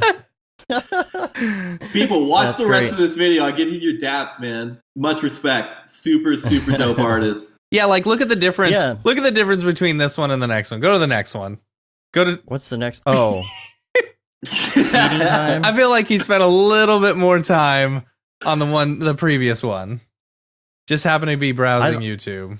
I like this because this feels more like the canonical Beepleverse. Right. Like Totally. this is like, you know, going back to the story of the search for the worlds, the big and little Beeples people. Yeah, You know? Dude, you got to drop I always a little loved freestyle. it. I always loved it when it felt like when you looked at some of his art, it looked like it should have been in a textbook in the 1970s, like for like what the future's gonna look like. Yeah. You know what I mean? Yeah. Like I always loved like that aesthetic. Yeah. By the way, Beeple says you gotta drop some freestyle though. Yeah, so like when I was in Cali, basically, like I'm talking to people, and we both have like a similar hip hop taste, and I'm like, "Yo, I used to rap." He's like, "No, you didn't." And I was like, "Yo, check this out." So I put it on, and he listens to it for a sec. He takes it off. Yo, I thought this was gonna be garbage.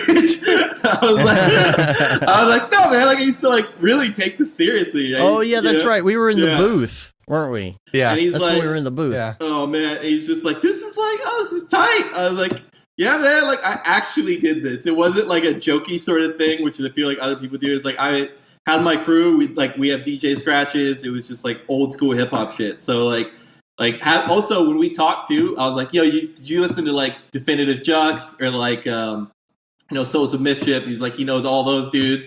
So when he put out like this Run the Jewels animation, I was super hyped about it because I was like, God damn it, man! Like I love it when like people, like cool people, do what we do. You know, like when it's like you've got people that are like more technical artists and they know how to press the buttons and stuff like that. But when you have like someone that's like, all right, let me infuse this with a little bit of soul, you know, and I feel like they're the best artists do that. It's like they put the things that they think is cool into stuff, and it makes it that much cooler because like our craft is kind of nerdy. You know what I mean? It attracts a certain kind of character type. When like just a little bit. So when you have like someone that like puts something cool into it, like let's mix some hip hop into this. Like let's bring in some kind of other art form within this that inspires what we do. It always to me stands out and looks that much cooler. So you know, he was probably expecting you to be like Malibu's Most Wanted. Yeah, because especially since it's like I said, everyone like these days rap is like, you know, it's far more like it's like mumble rappy and that has its place too. Like yeah. And like I said though, it has its place. Like rap to me pots. Yeah. Like rap basically turned into what happened to rock. It's like you've got so many different facets of like rock. You've got punk rock, you've got like soft rock to me is still the funniest, like most ironic name for something. It's just like punk rock's the only good one. What else? Indie rock's tight. Then you've got metal, and there's so many facets. And like for the longest time, like hip hop like was just this one, like you have to rhyme a certain way, you have to do it a certain way, and then you started to have these branching off paths where you had mumble rap, you know, like you had like South music, like South more Southern beats, and you had more like kick snares, and it started to change. But like I feel like if people just understood that like those things are not all the same thing, they're not all this like. If you're looking in a grandiose way, yes, it's hip hop, but it's different strands of hip hop. Like I don't go into a reggae song expecting tons of bars. You know what I mean? Like a reggae song to me is like it's its own thing, and I feel like that's what happened with rap. You've got like the boom bap golden age style, and then you've got like the mumble rap style. You've got the auto tune style. You've got like it's just changed so much. But if you recognize it as its own different subgenre, it becomes easier because like. You know, like I will admit, like I'm an old head when it comes to rap. I like it a certain way. I like my boom bap stuff, right? Like Social Mischief, Tribe Called Quest, like, or if you're going for like more gangster stuff, it's like Big L, Notorious B.I.G., like that kind of stuff. Like that's the stuff that I really dug, right? Or Farside, you know, which is not gangster rap, but it's just sounds amazing, right? But like that was what I gravitated towards. And then as I saw like the subgenres come up, it was like. Oh my God! Like I don't really mess with this because it's like what happened to the bars? Because to me, like the fun part about rap was the same thing that made CGI really cool to me. It was like the difficulty factor, like learning how to rhyme, like learning your own signature of how to rhyme, to be super intricate with the rhymes, to basically like because it's its own technical thing. If you understand rap as a technical art form, which is like how I went into it, which is like. To me, the coolest part about it, like doing multi-syllabic rhyming, which is like instead of doing like cat hat stuff, which is like if you're sitting in the car going real far. That was always my starter. Like, and that was like straight up in the 80s. Like that was like, damn, this guy can really rhyme, right? But then in like the 90s, you started to have more people doing like I don't know, like let me think of like two words that kind of go together. It's like contamination, examination, like these two worders that basically like, or blanding, you know, basically putting two words together that rhyme to the next two words. And then you can get even more intricate with three words that rhyme together with the next three words. Then you get even more intricate, which is what I love doing, is like 5 words that rhyme and then each one, but like you don't notice it. Like that's the coolest shit. It's like when you don't notice like the intricacy of the rhyme and you make it look somewhat like smooth.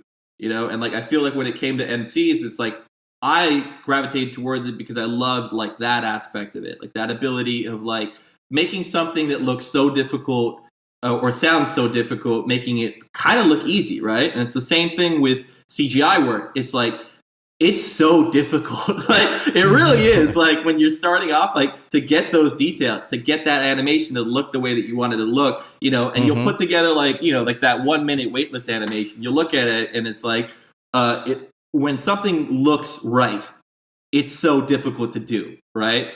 Because like so much effort goes into those little things that make you not look at what's wrong with it, but look at more or less like, I accept this. This is the right thing. You know, like this cascades over my my eyes where I'm like, I accept this as a finished product, right? But when you look at other stuff, like more amateur-based stuff, when you look at it and you can see, I know that this isn't professional, right? It's the same thing when you're enjoying the story more than like noticing the flaw. Like 100%, the Bender. The Futurama episode with Bender lost in outer space. Oh my God! When he's so talking good. to God, and he's like, "When you do something right, people won't notice that you've done anything at all." Yeah, such a good reference, dude. Such a good reference. Yes, it's exactly like that, man. It's like that's the art of it, right? Once. I know you did well until everyone died. Until everybody died.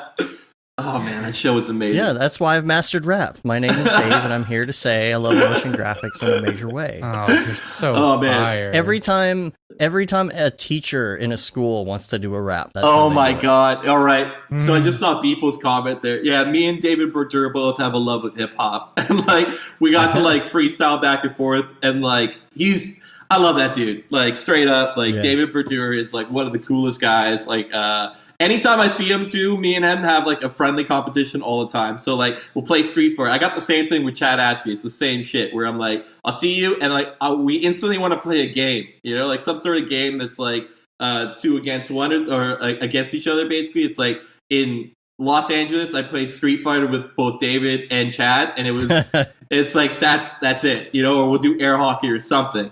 And like, unfortunately, like, basically when we were in LA, we got to do rap battling each other, which was like super silly. But oh, that's hilarious. Where's the video of that? Oh, never. or like it was beer pong at camp, man. EJ and Brodor were frat bros, man. They were chest bumping. Yeah, they were. Yo, how was that? Like, I wanted to go this year, but you're gonna come this next year. I think so. So how was it? Talk to me about that. Amazing. It was the best thing ever. Mm-hmm. Like, I don't know. The whole being able to, you know, okay, so you've got NAB and stuff like that where everyone chills and hangs out together, you know, and you get that, like, you know, you get to meet all these people. With camp, it's like it's so much more intimate because you get a lot of one-on-one time. And you're relaxed, and you got no worries because there's no internet, nowhere to go. Yeah, nowhere to go, no internet, no nothing. Yeah. You know, That's it gives you a awesome, chance to just no chill, internet. and it gives you a chance to hang out with the people, you know, that you admire and stuff like that. So, was it a success in your eyes? Because I know that like you guys like this is the first time doing it, and it was you know it we didn't end up making any money. You know, it cost us a little bit of money, but it was absolutely 100% worth it. You know, oh yeah, It went better than we could have imagined. Yes, so yeah. You know, we didn't expect to make money the first year. I mean, no conference is going to do that. You know? It's all right. I think that's what happens though, right? You're gonna build it. That's the cool part. If you stick to it, like it'll start growing because like all this stuff starts from like that little seedling, and like the fact that you guys did it though, and you at least understand like what the shortcomings are, and what like ran really smoothly. Each time it's gonna get 10 times better. You know? Yeah. Like that's what I'm excited to go to the next one because like probably a few of the kinks have been worked out.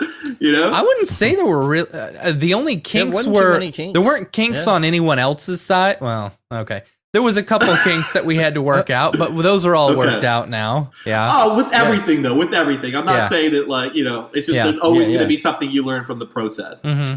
And Shams, there are showers at camp. Yes, there are showers at camp. She's asking. Yes, there are showers. Shams, you're not going to use it. Don't lie. All right, even if there was I used shower. it. I used it every day. I used it because I was freezing. I wanted to shower so I could warm up. Yeah. But these cabins will be better. Yeah, these cabins are awesome. These cabins are super killer. You know. Yeah. Hey, so we're basically in the Mograph recommends segment at this point because we're doing music. So my question is going to be, what is your all-time favorite artist?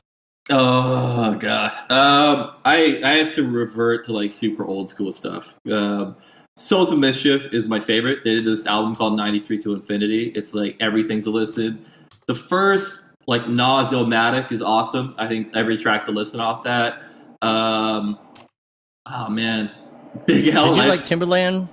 Not like that was always like poppy for me. So like when like the Missy Elliott stuff, like I wasn't like she's dope. I get it. It's just like, it's not really the stuff that I gravitated towards. So I was more like, what about like, Tim's Bio in particular?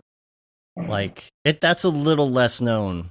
The album Tim's Bio. Love, check that out. Never heard it. That was a little less poppy. It was, you know, all these new artists were showing up on that. It was pretty good.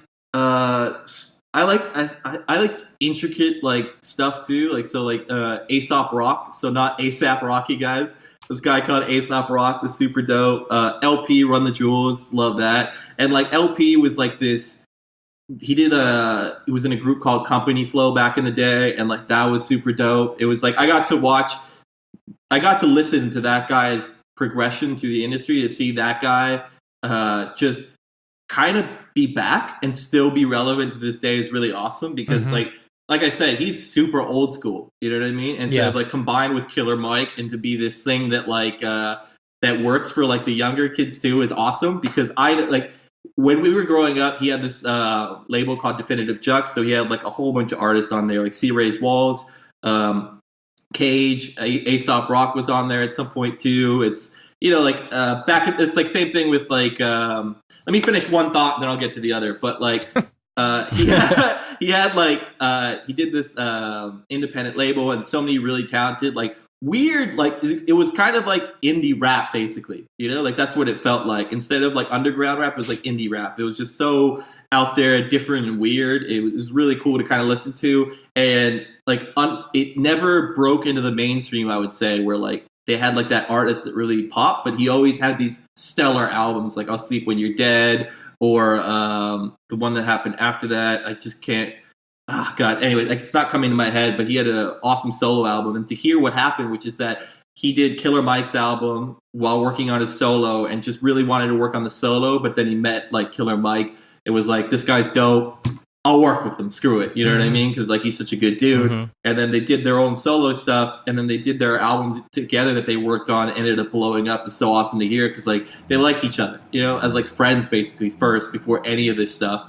And it's cool to hear that he like sacrificed his own, like he wanted to get his own like album out early, and he sacrificed it to kind of like help out on Killer Mike's one. And then from there, like a friendship started where like he kind of took the chance on him, and it ended up being, well, they both took a chance on each other because like Killer Mike's from the South. It's like very few South guys like go to an East Coast guy to make like hip hop beats for him. You know what I mean? And like to have someone that had that ear and said, this guy's dope, like I want to work with this dude, is like super cool, you know, and to combine and to have it work the way it did.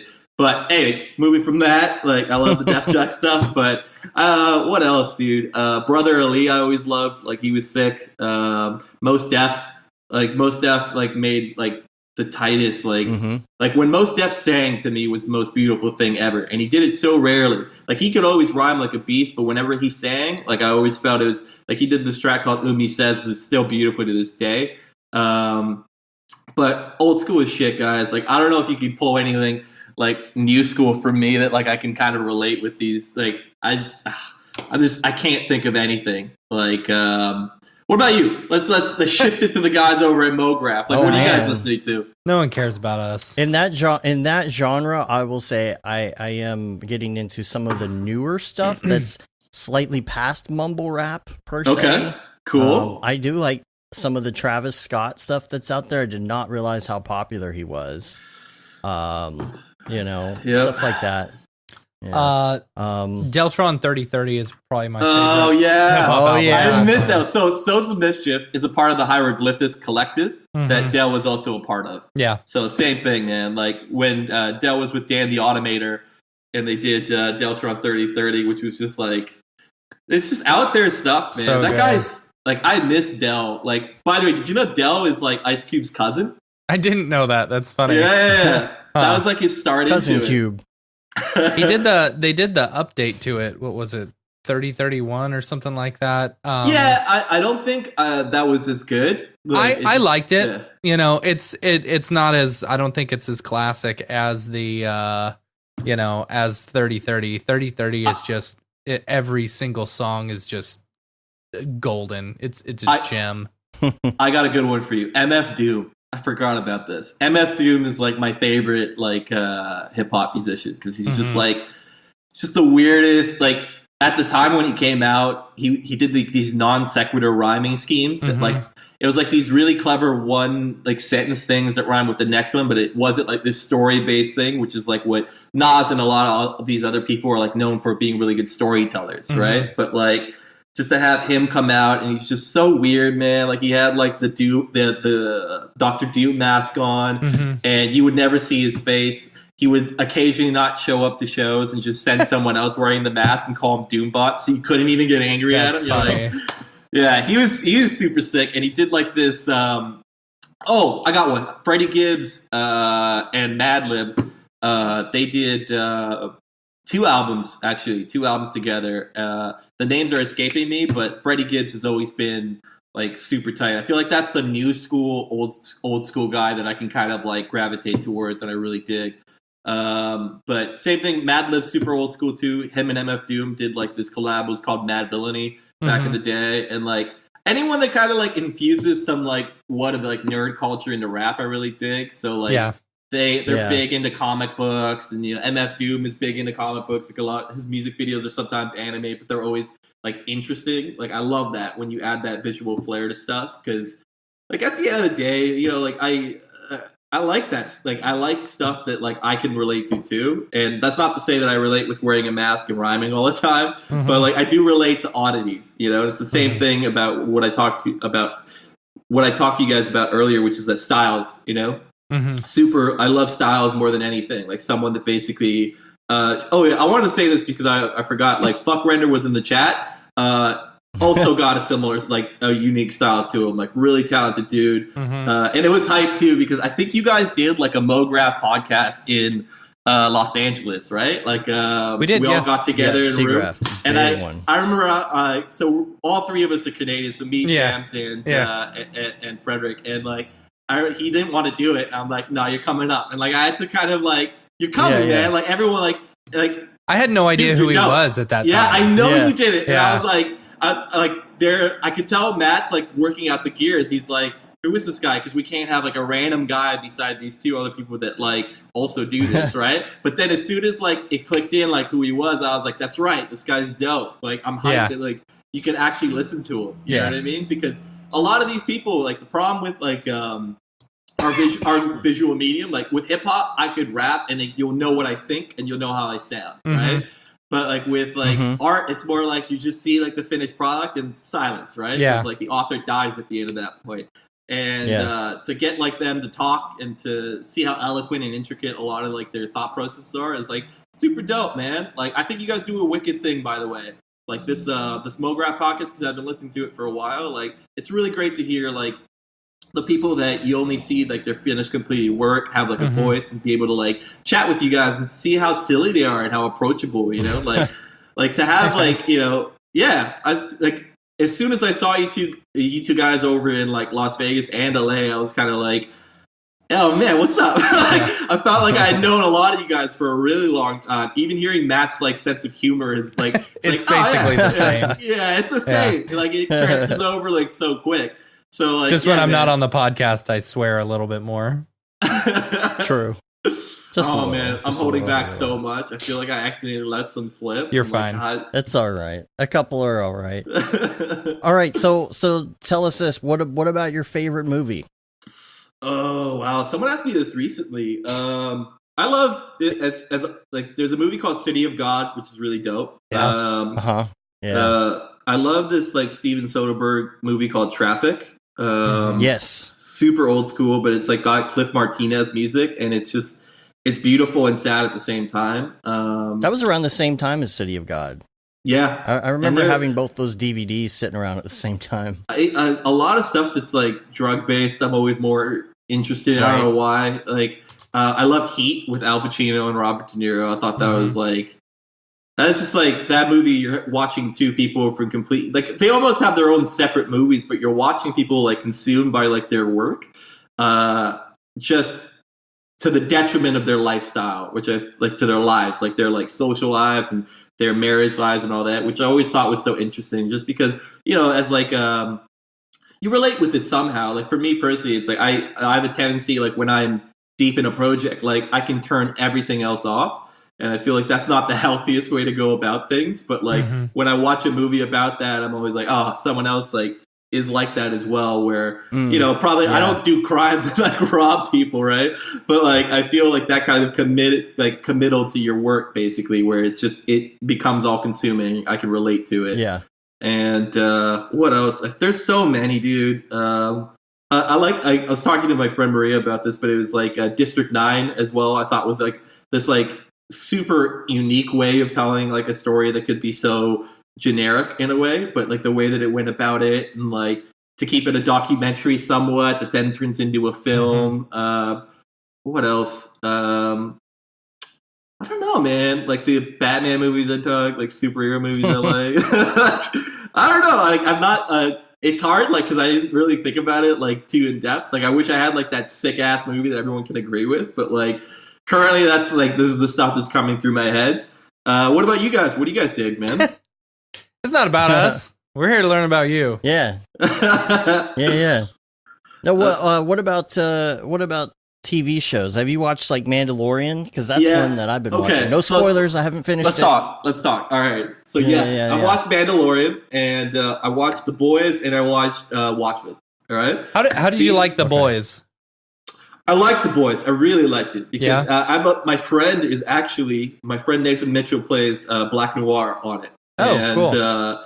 He's just like the dude like behind like the mask, but really talented dude, and he's in that show. So I had more of like I want to check this out. I want to see like my buddy in this thing. So and I watched it and I loved it. I thought it was really cool. I love like the first episode, so I hope I'm not spoiling anything.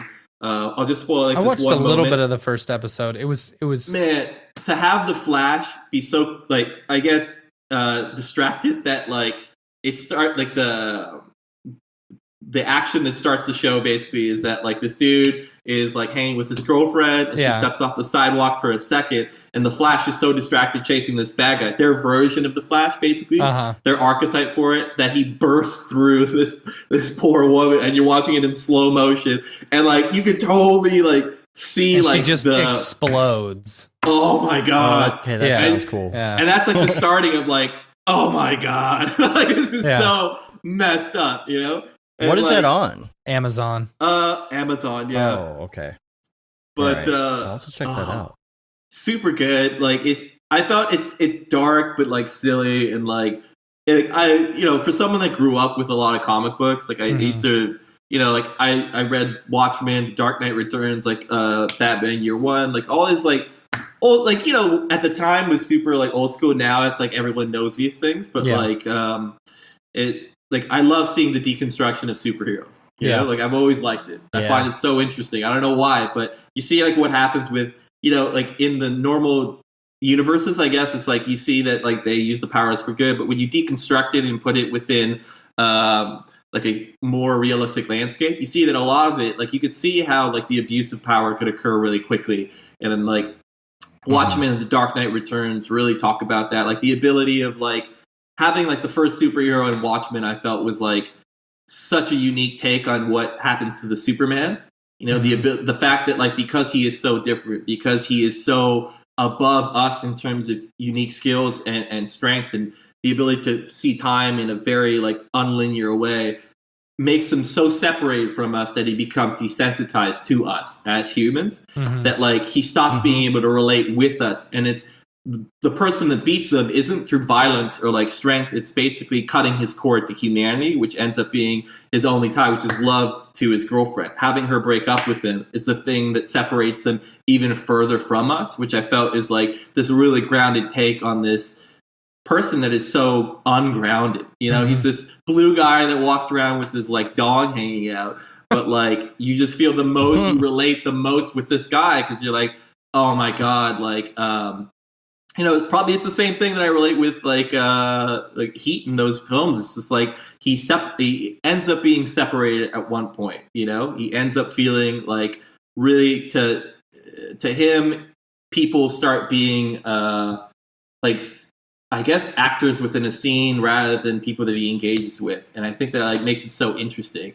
I felt like that comic book. I mean, I hate to spoil this for you. Do you mind if I spoil like the end of the comic for a second? Like, for which you guys comic? Cool with that? Watchmen. Watchmen. We old here. No, don't do it. I haven't watched it. Don't do it. All right. Okay. I won't do it. But yeah. I just started trying to watch it. Like I started trying to watch it like twice, and just the show was going on, and I had to the turn it show off. or like the movie.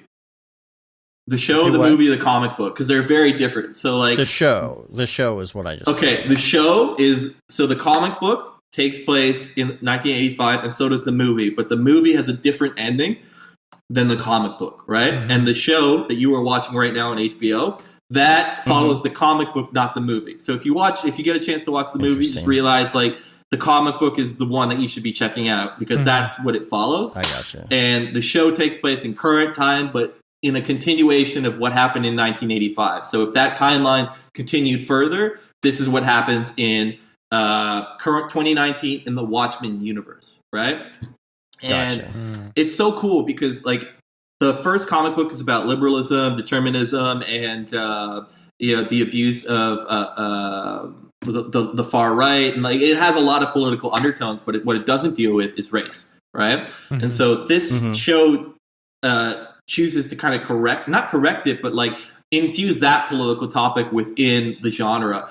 And the stuff that they do, like I can't get into spoilers, which sucks. It sucks because like there's episode 6 to me was like, man, just seeing what they did, where they took a certain character and they brought him into this universe, and the way that he's changed is so fascinating to me. The stuff that it means for race appropriation, like they just do it in such a brilliant way. And even the first episode, like they bring up the Tulsa massacre, which is like, ashamedly, like I had no idea that this even existed. It's so buried within American history that like I thought when I'm watching the show, it's like this is like their universe's. It's fake, right? I assumed that it was fake, and then you do more research on it. It's like this stuff actually happened. That actually happened. Oh my god! I was yeah. And to think that it's like this TV show is the thing that sheds light onto it and puts a spotlight onto it. So like for anyone listening, what happened in like Tulsa is that like they had this thing called Black Wall Street, which is a lot of successful. It was a black community with a lot of successful businesses within it.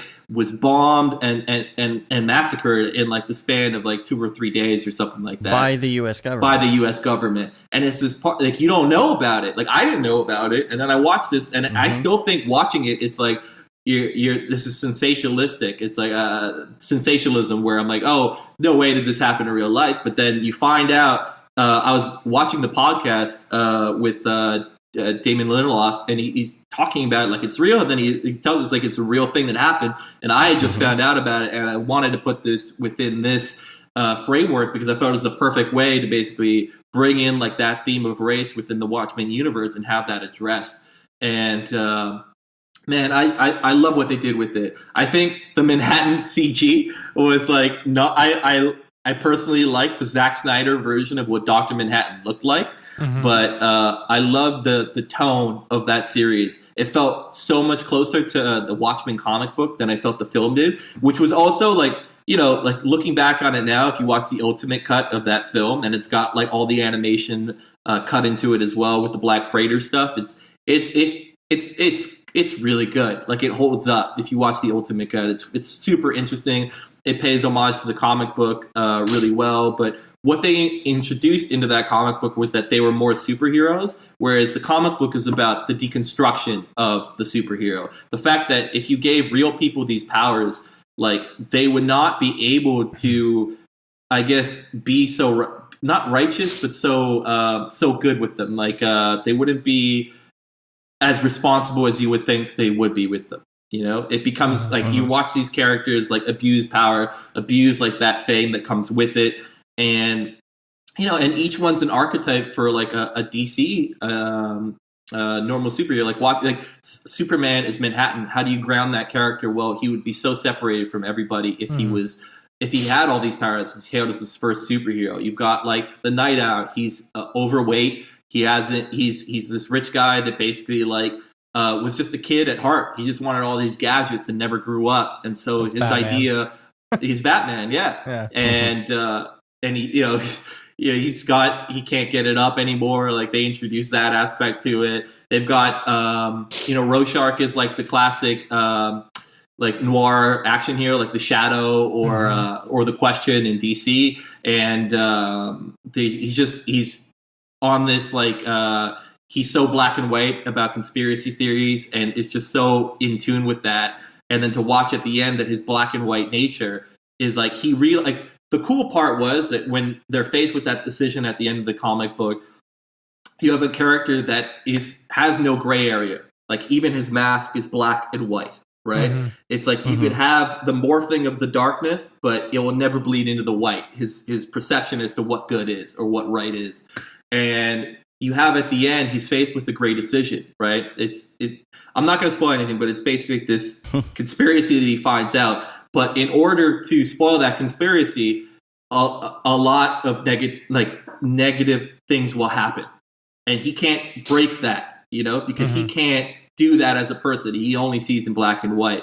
And at the end, when he realizes he has to make the decision for himself to leave this and reveal this plot, it's like when that thing happens to him, it's more of like a please do it, please do what I know has to be done in order to keep everyone alive and keep them from what's going to happen. But it felt more like he knows that he can't break himself to tell that truth, but he has to have someone break him in order for that truth to stay secret.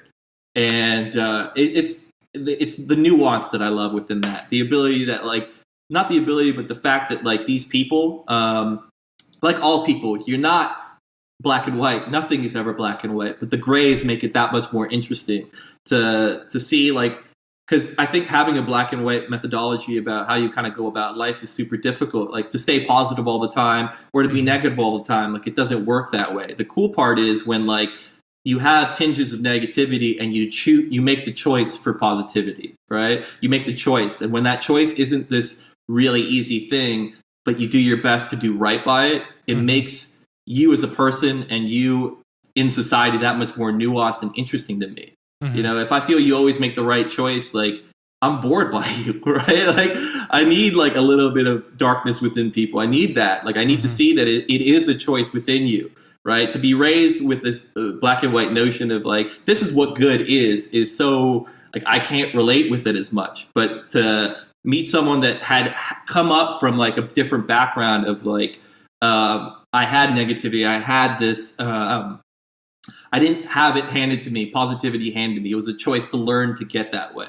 You know, like I'm always more impressed with that because like, you know, I feel like most people, that is their path. It's like, you can't be good all the time. You can't be bad all the time. But when you can kind of like, try to find that middle ground and hopefully make the choice for good, like that's the most interesting thing to me, you know? Would you recommend? I'm gonna have to watch it. Yeah, I was gonna say, would you recommend read the comic book? Yeah. Like, should you read the comic book before you watch the show? I would. It makes the show that. What much if you more watch the movie? Can you not watch the movie and then watch the show? Here's how I would do it. Right? I would read the comic book, and then I would go straight into the TV show.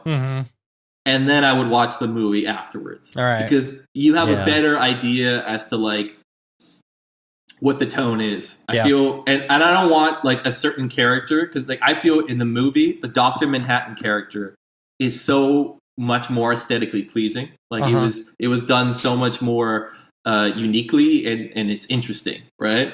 But I feel like the show, because for budgetary reasons, and maybe it's just aesthetically they chose to have it the way that they did it. It wasn't as it didn't grab me the way that it grabbed me in the movie. But I will say this: if you can get the ultimate cut of the movie, it holds up. There's this moment within that comic book, and it's the 4th issue, and it's all about how this character perceives time. You know, and he sees time all at the same time. So it's non-linearly. It's all going on at the same.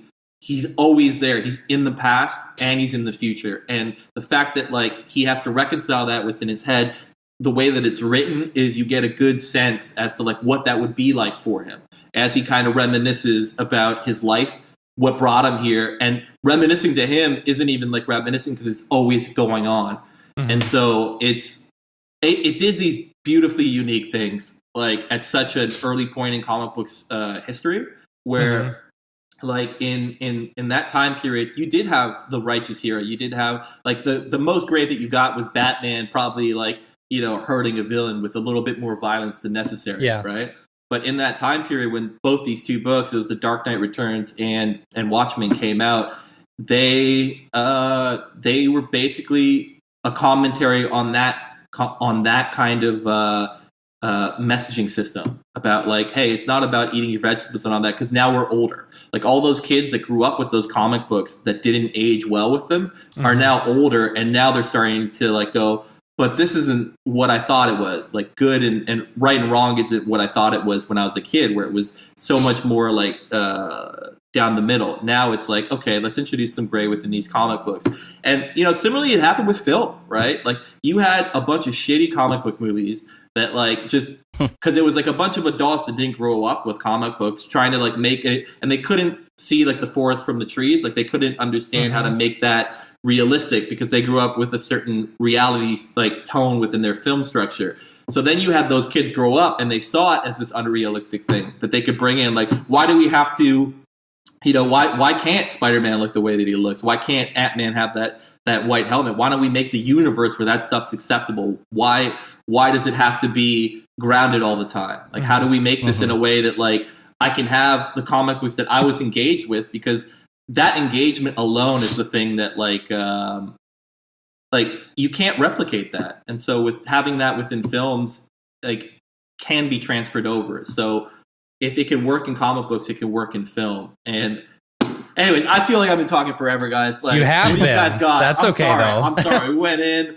Like, I feel like. Well, hey, tell me about your stuff. Like, Chernobyl was dope. Did you guys watch that? Well, you mentioned podcasts that you were listening to. Do you listen to a lot of podcasts? Because sometimes we ask like for the favorite podcasts, and a lot of people are like, "Oh, I don't listen to podcasts." Mm-hmm. You know. So I know you listen to us, and you were talking about another one. What is your favorite podcast? Oh man, I'm gonna sound so basic, but I like the Joe Rogan podcast. Like I feel like that's always tight. That guy will just go. I love it too because he'll just always like go like any subject he comes across, it'll always turn into DMT and smoking weed, which is always like the silliest thing. Or like MMA talk, he'll break into MMA. It's like, yeah, I really like fighting. It's like with any guest that he has on, somehow it works its way into it, which is super silly. The 3 podcast parts, if you finish watching them, is the David Lindelof ones. Basically, they're an hour long each, and each one dissects an episode of Watchmen. So 3 episodes of Watchmen within an hour, and he talks about the thinking process, the writing room. I find that so super interesting. The only other one I check out too is Ash Thorpe has one, I think, where he has like a lot of really talented artists on there. Yeah, and I really like, can't remember if they had him on or not. I think they had him, but it was what's his name? He's just 1 second. They had like one of my favorite artists is this guy that does really amazing scale. And I shouted him out in my SIGGRAPH presentation just because like I felt like he just did really cool work. He's an Octane guy too. He did like it was like this circular. God, he did spaceships too. What is his name? I want to say. Oh, Paul Chadasson or Chad Dice. I can't ever pronounce it properly, but Paul, like, if you search him up, like, I guarantee you've seen his work. But that guy, I think, was on that podcast. I believe so. Or maybe Ash Thorpe did, like, a tutorial series that, like, I ended up buying because I wanted to see what his workflow was. And just listening to that guy's thought process is really cool. He's a French dude, really talented. And he, like, seeing like him talk about all the 3D tools that he ends up using. So he uses like 3D Coat along with Octane, along with Cinema, and then brings it into Photoshop and ends up adding more and more intricacies to his work. Like, that's always cool for me to listen to. Other than that, like, I don't know. I feel like that's it. Like, if it's not hip hop or like movies, like I don't really mess with stuff. Like, I checked out, like I said, Chernobyl, which I thought was super dope. And like my parents lived through that, like that time period. And so like I like asked them, I was like, "Hey, do you guys want to watch this? It's really good." And like their collective response was, "Why would we want to watch something you already lived through?"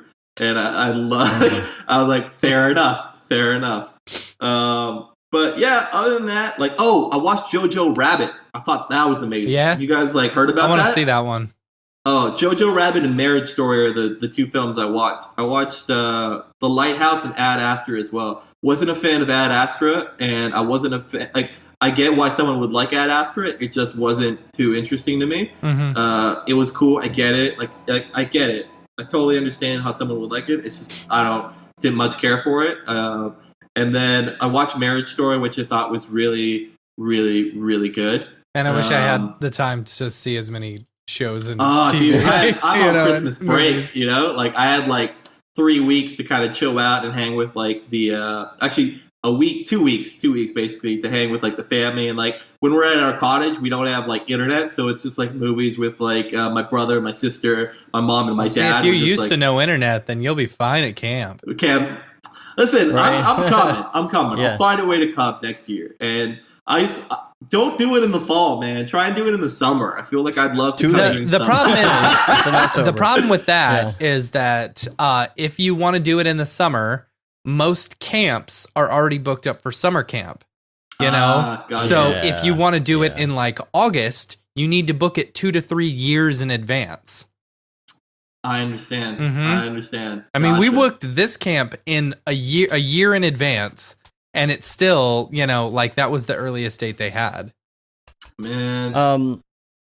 I want to ask you though, because I think this would be a good one. The other question on here is headphones, because this is, you're more into audio and recording and stuff like that. So Yeah. what are you wearing right now? What are your favorite headphones? I got these like Audio Technica headphones, I think. Hold on. I feel like I got the box somewhere too. But I'm just using these guys. They're all right. But in reality, like, I don't even, when I'm mixing stuff, I have these KRK speakers and like Roll Kit 5s that I got. Like, that's all I ever use. You're not supposed to mix. Are great. Yeah. It's like you shouldn't be mixing with like headphones, period. So I just use these guys and then mix with those. And they've got like a neutral sound so that you can kind of see how it sounds without dynamics. And then, definitely like when I blast music through these guys, it's never as good sounding as like what you would get across like, consumer grade speakers, but that's not the point of these speakers.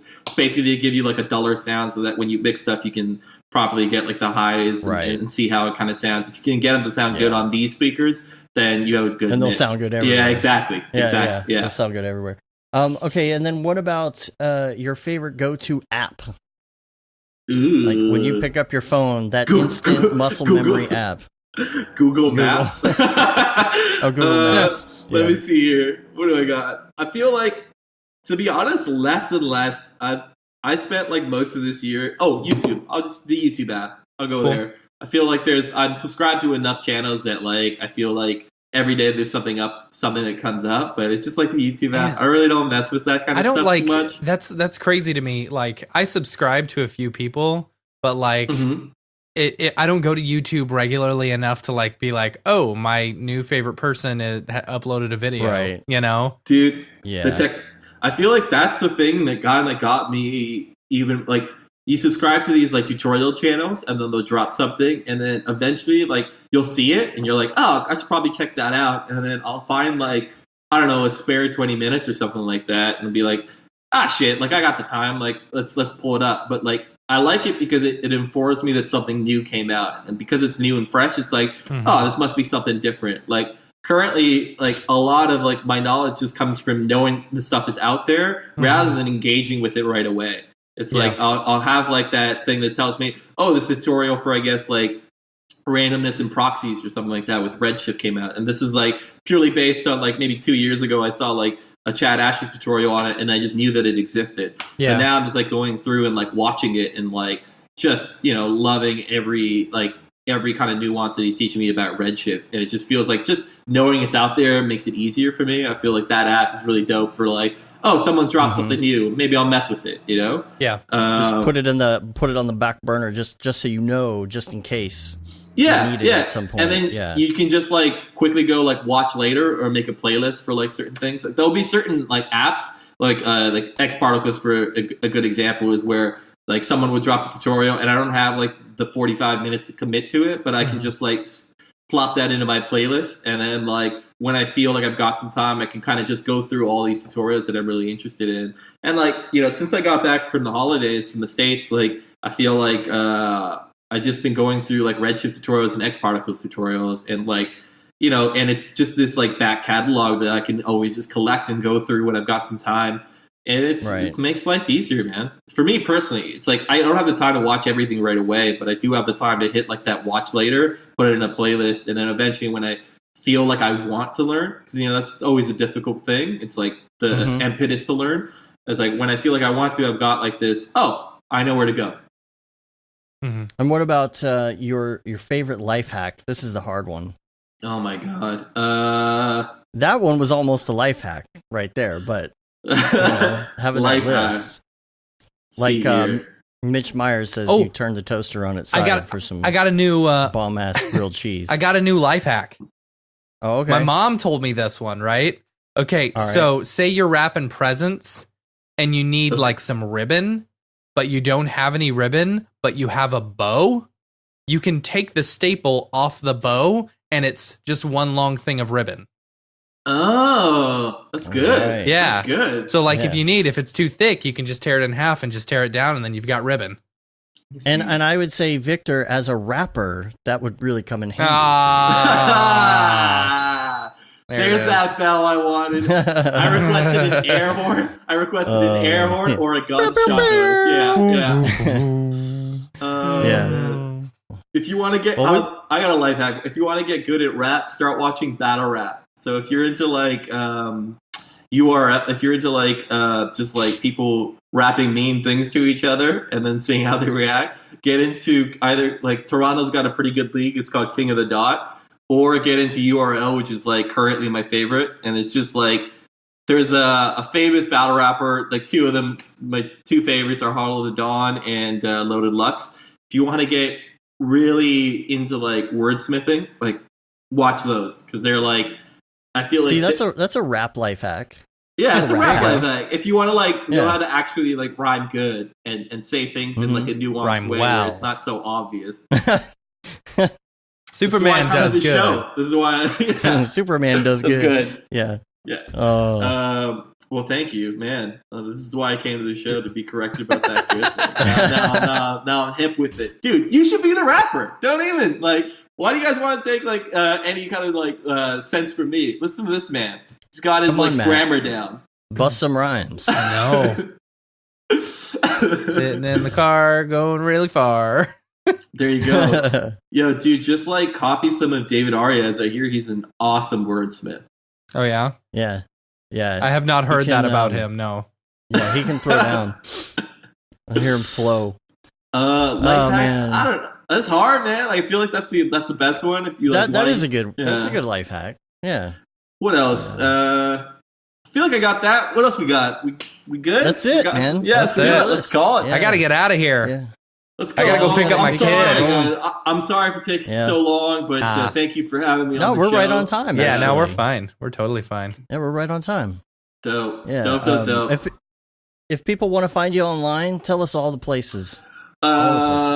If you want to check some art stuff, hit up my Weight of Thought Instagram. I think it's spelled right there. If you want to find me on any real channel, it's Weight of Thought. So like Instagram, my website is weightofthought.com. My Facebook page is Weight of Thought. Everything's kind of Weight of Thought. Even music stuff, if you want to mess around with that, you can find it on Spotify. It's Weight of Thought. It's just all underneath that name. And that's basically it. Like, what else is there to talk about other than shocking my wares? If you want to check out a really good Houdini tutorial series, go on the Mograph podcast. Go on Mograph.com. Check them out. I feel like you've got some really talented dudes that are going to be doing it, and they're coming from a really good source, which is the Mograph guys. That I feel like we've learned to trust you guys over the years. So I feel like you wouldn't give us anything bad.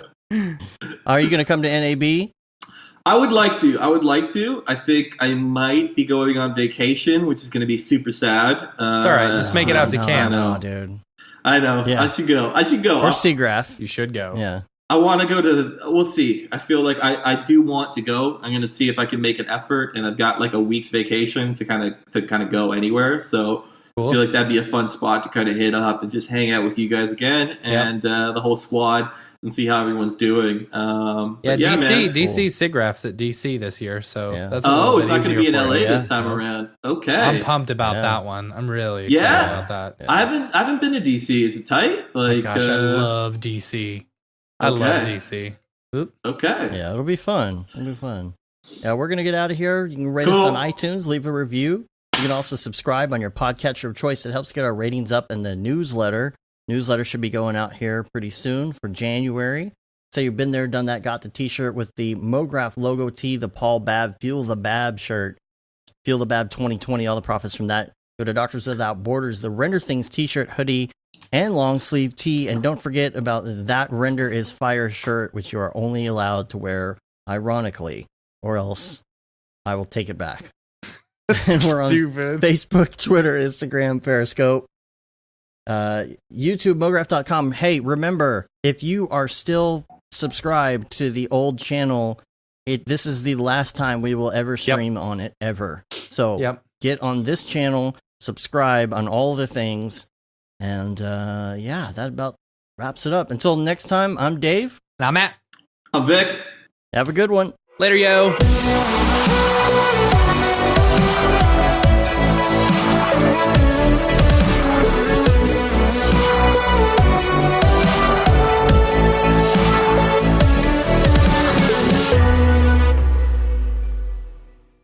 Pretty good, I guess.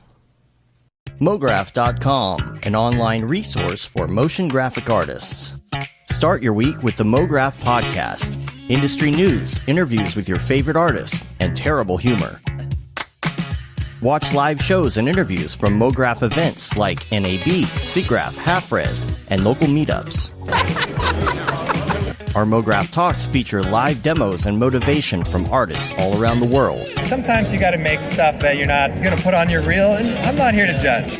What if Rick and Morty show up for the countdown at midnight? That's where I peaked in life, in my career. We gotta stop this thing, Rick! It's gonna kill us all!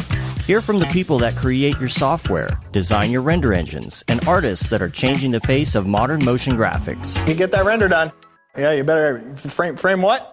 Mograph tutorials and online classes will teach you about Cinema 4D, After Effects, as well as other popular software and render engines. Throw in the HDR Studio, take the render settings, pick the HDR, put in a reflection, and gorgeous. Branch into new software. Learn time-saving tips, techniques, workflows, and lessons that'll keep you up to date in the world of motion design.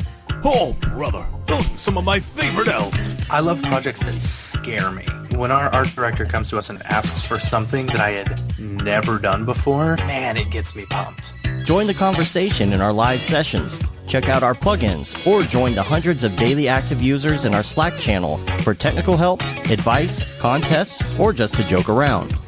Real nice banana. Ah, that's so funny! All right, I'm gonna live forever! Subscribe today and get the latest updates on our YouTube and other social media channels. Take all your dreams and just do it! We don't care how you get here, folks. Just get here. Subscribe to Mograph.com.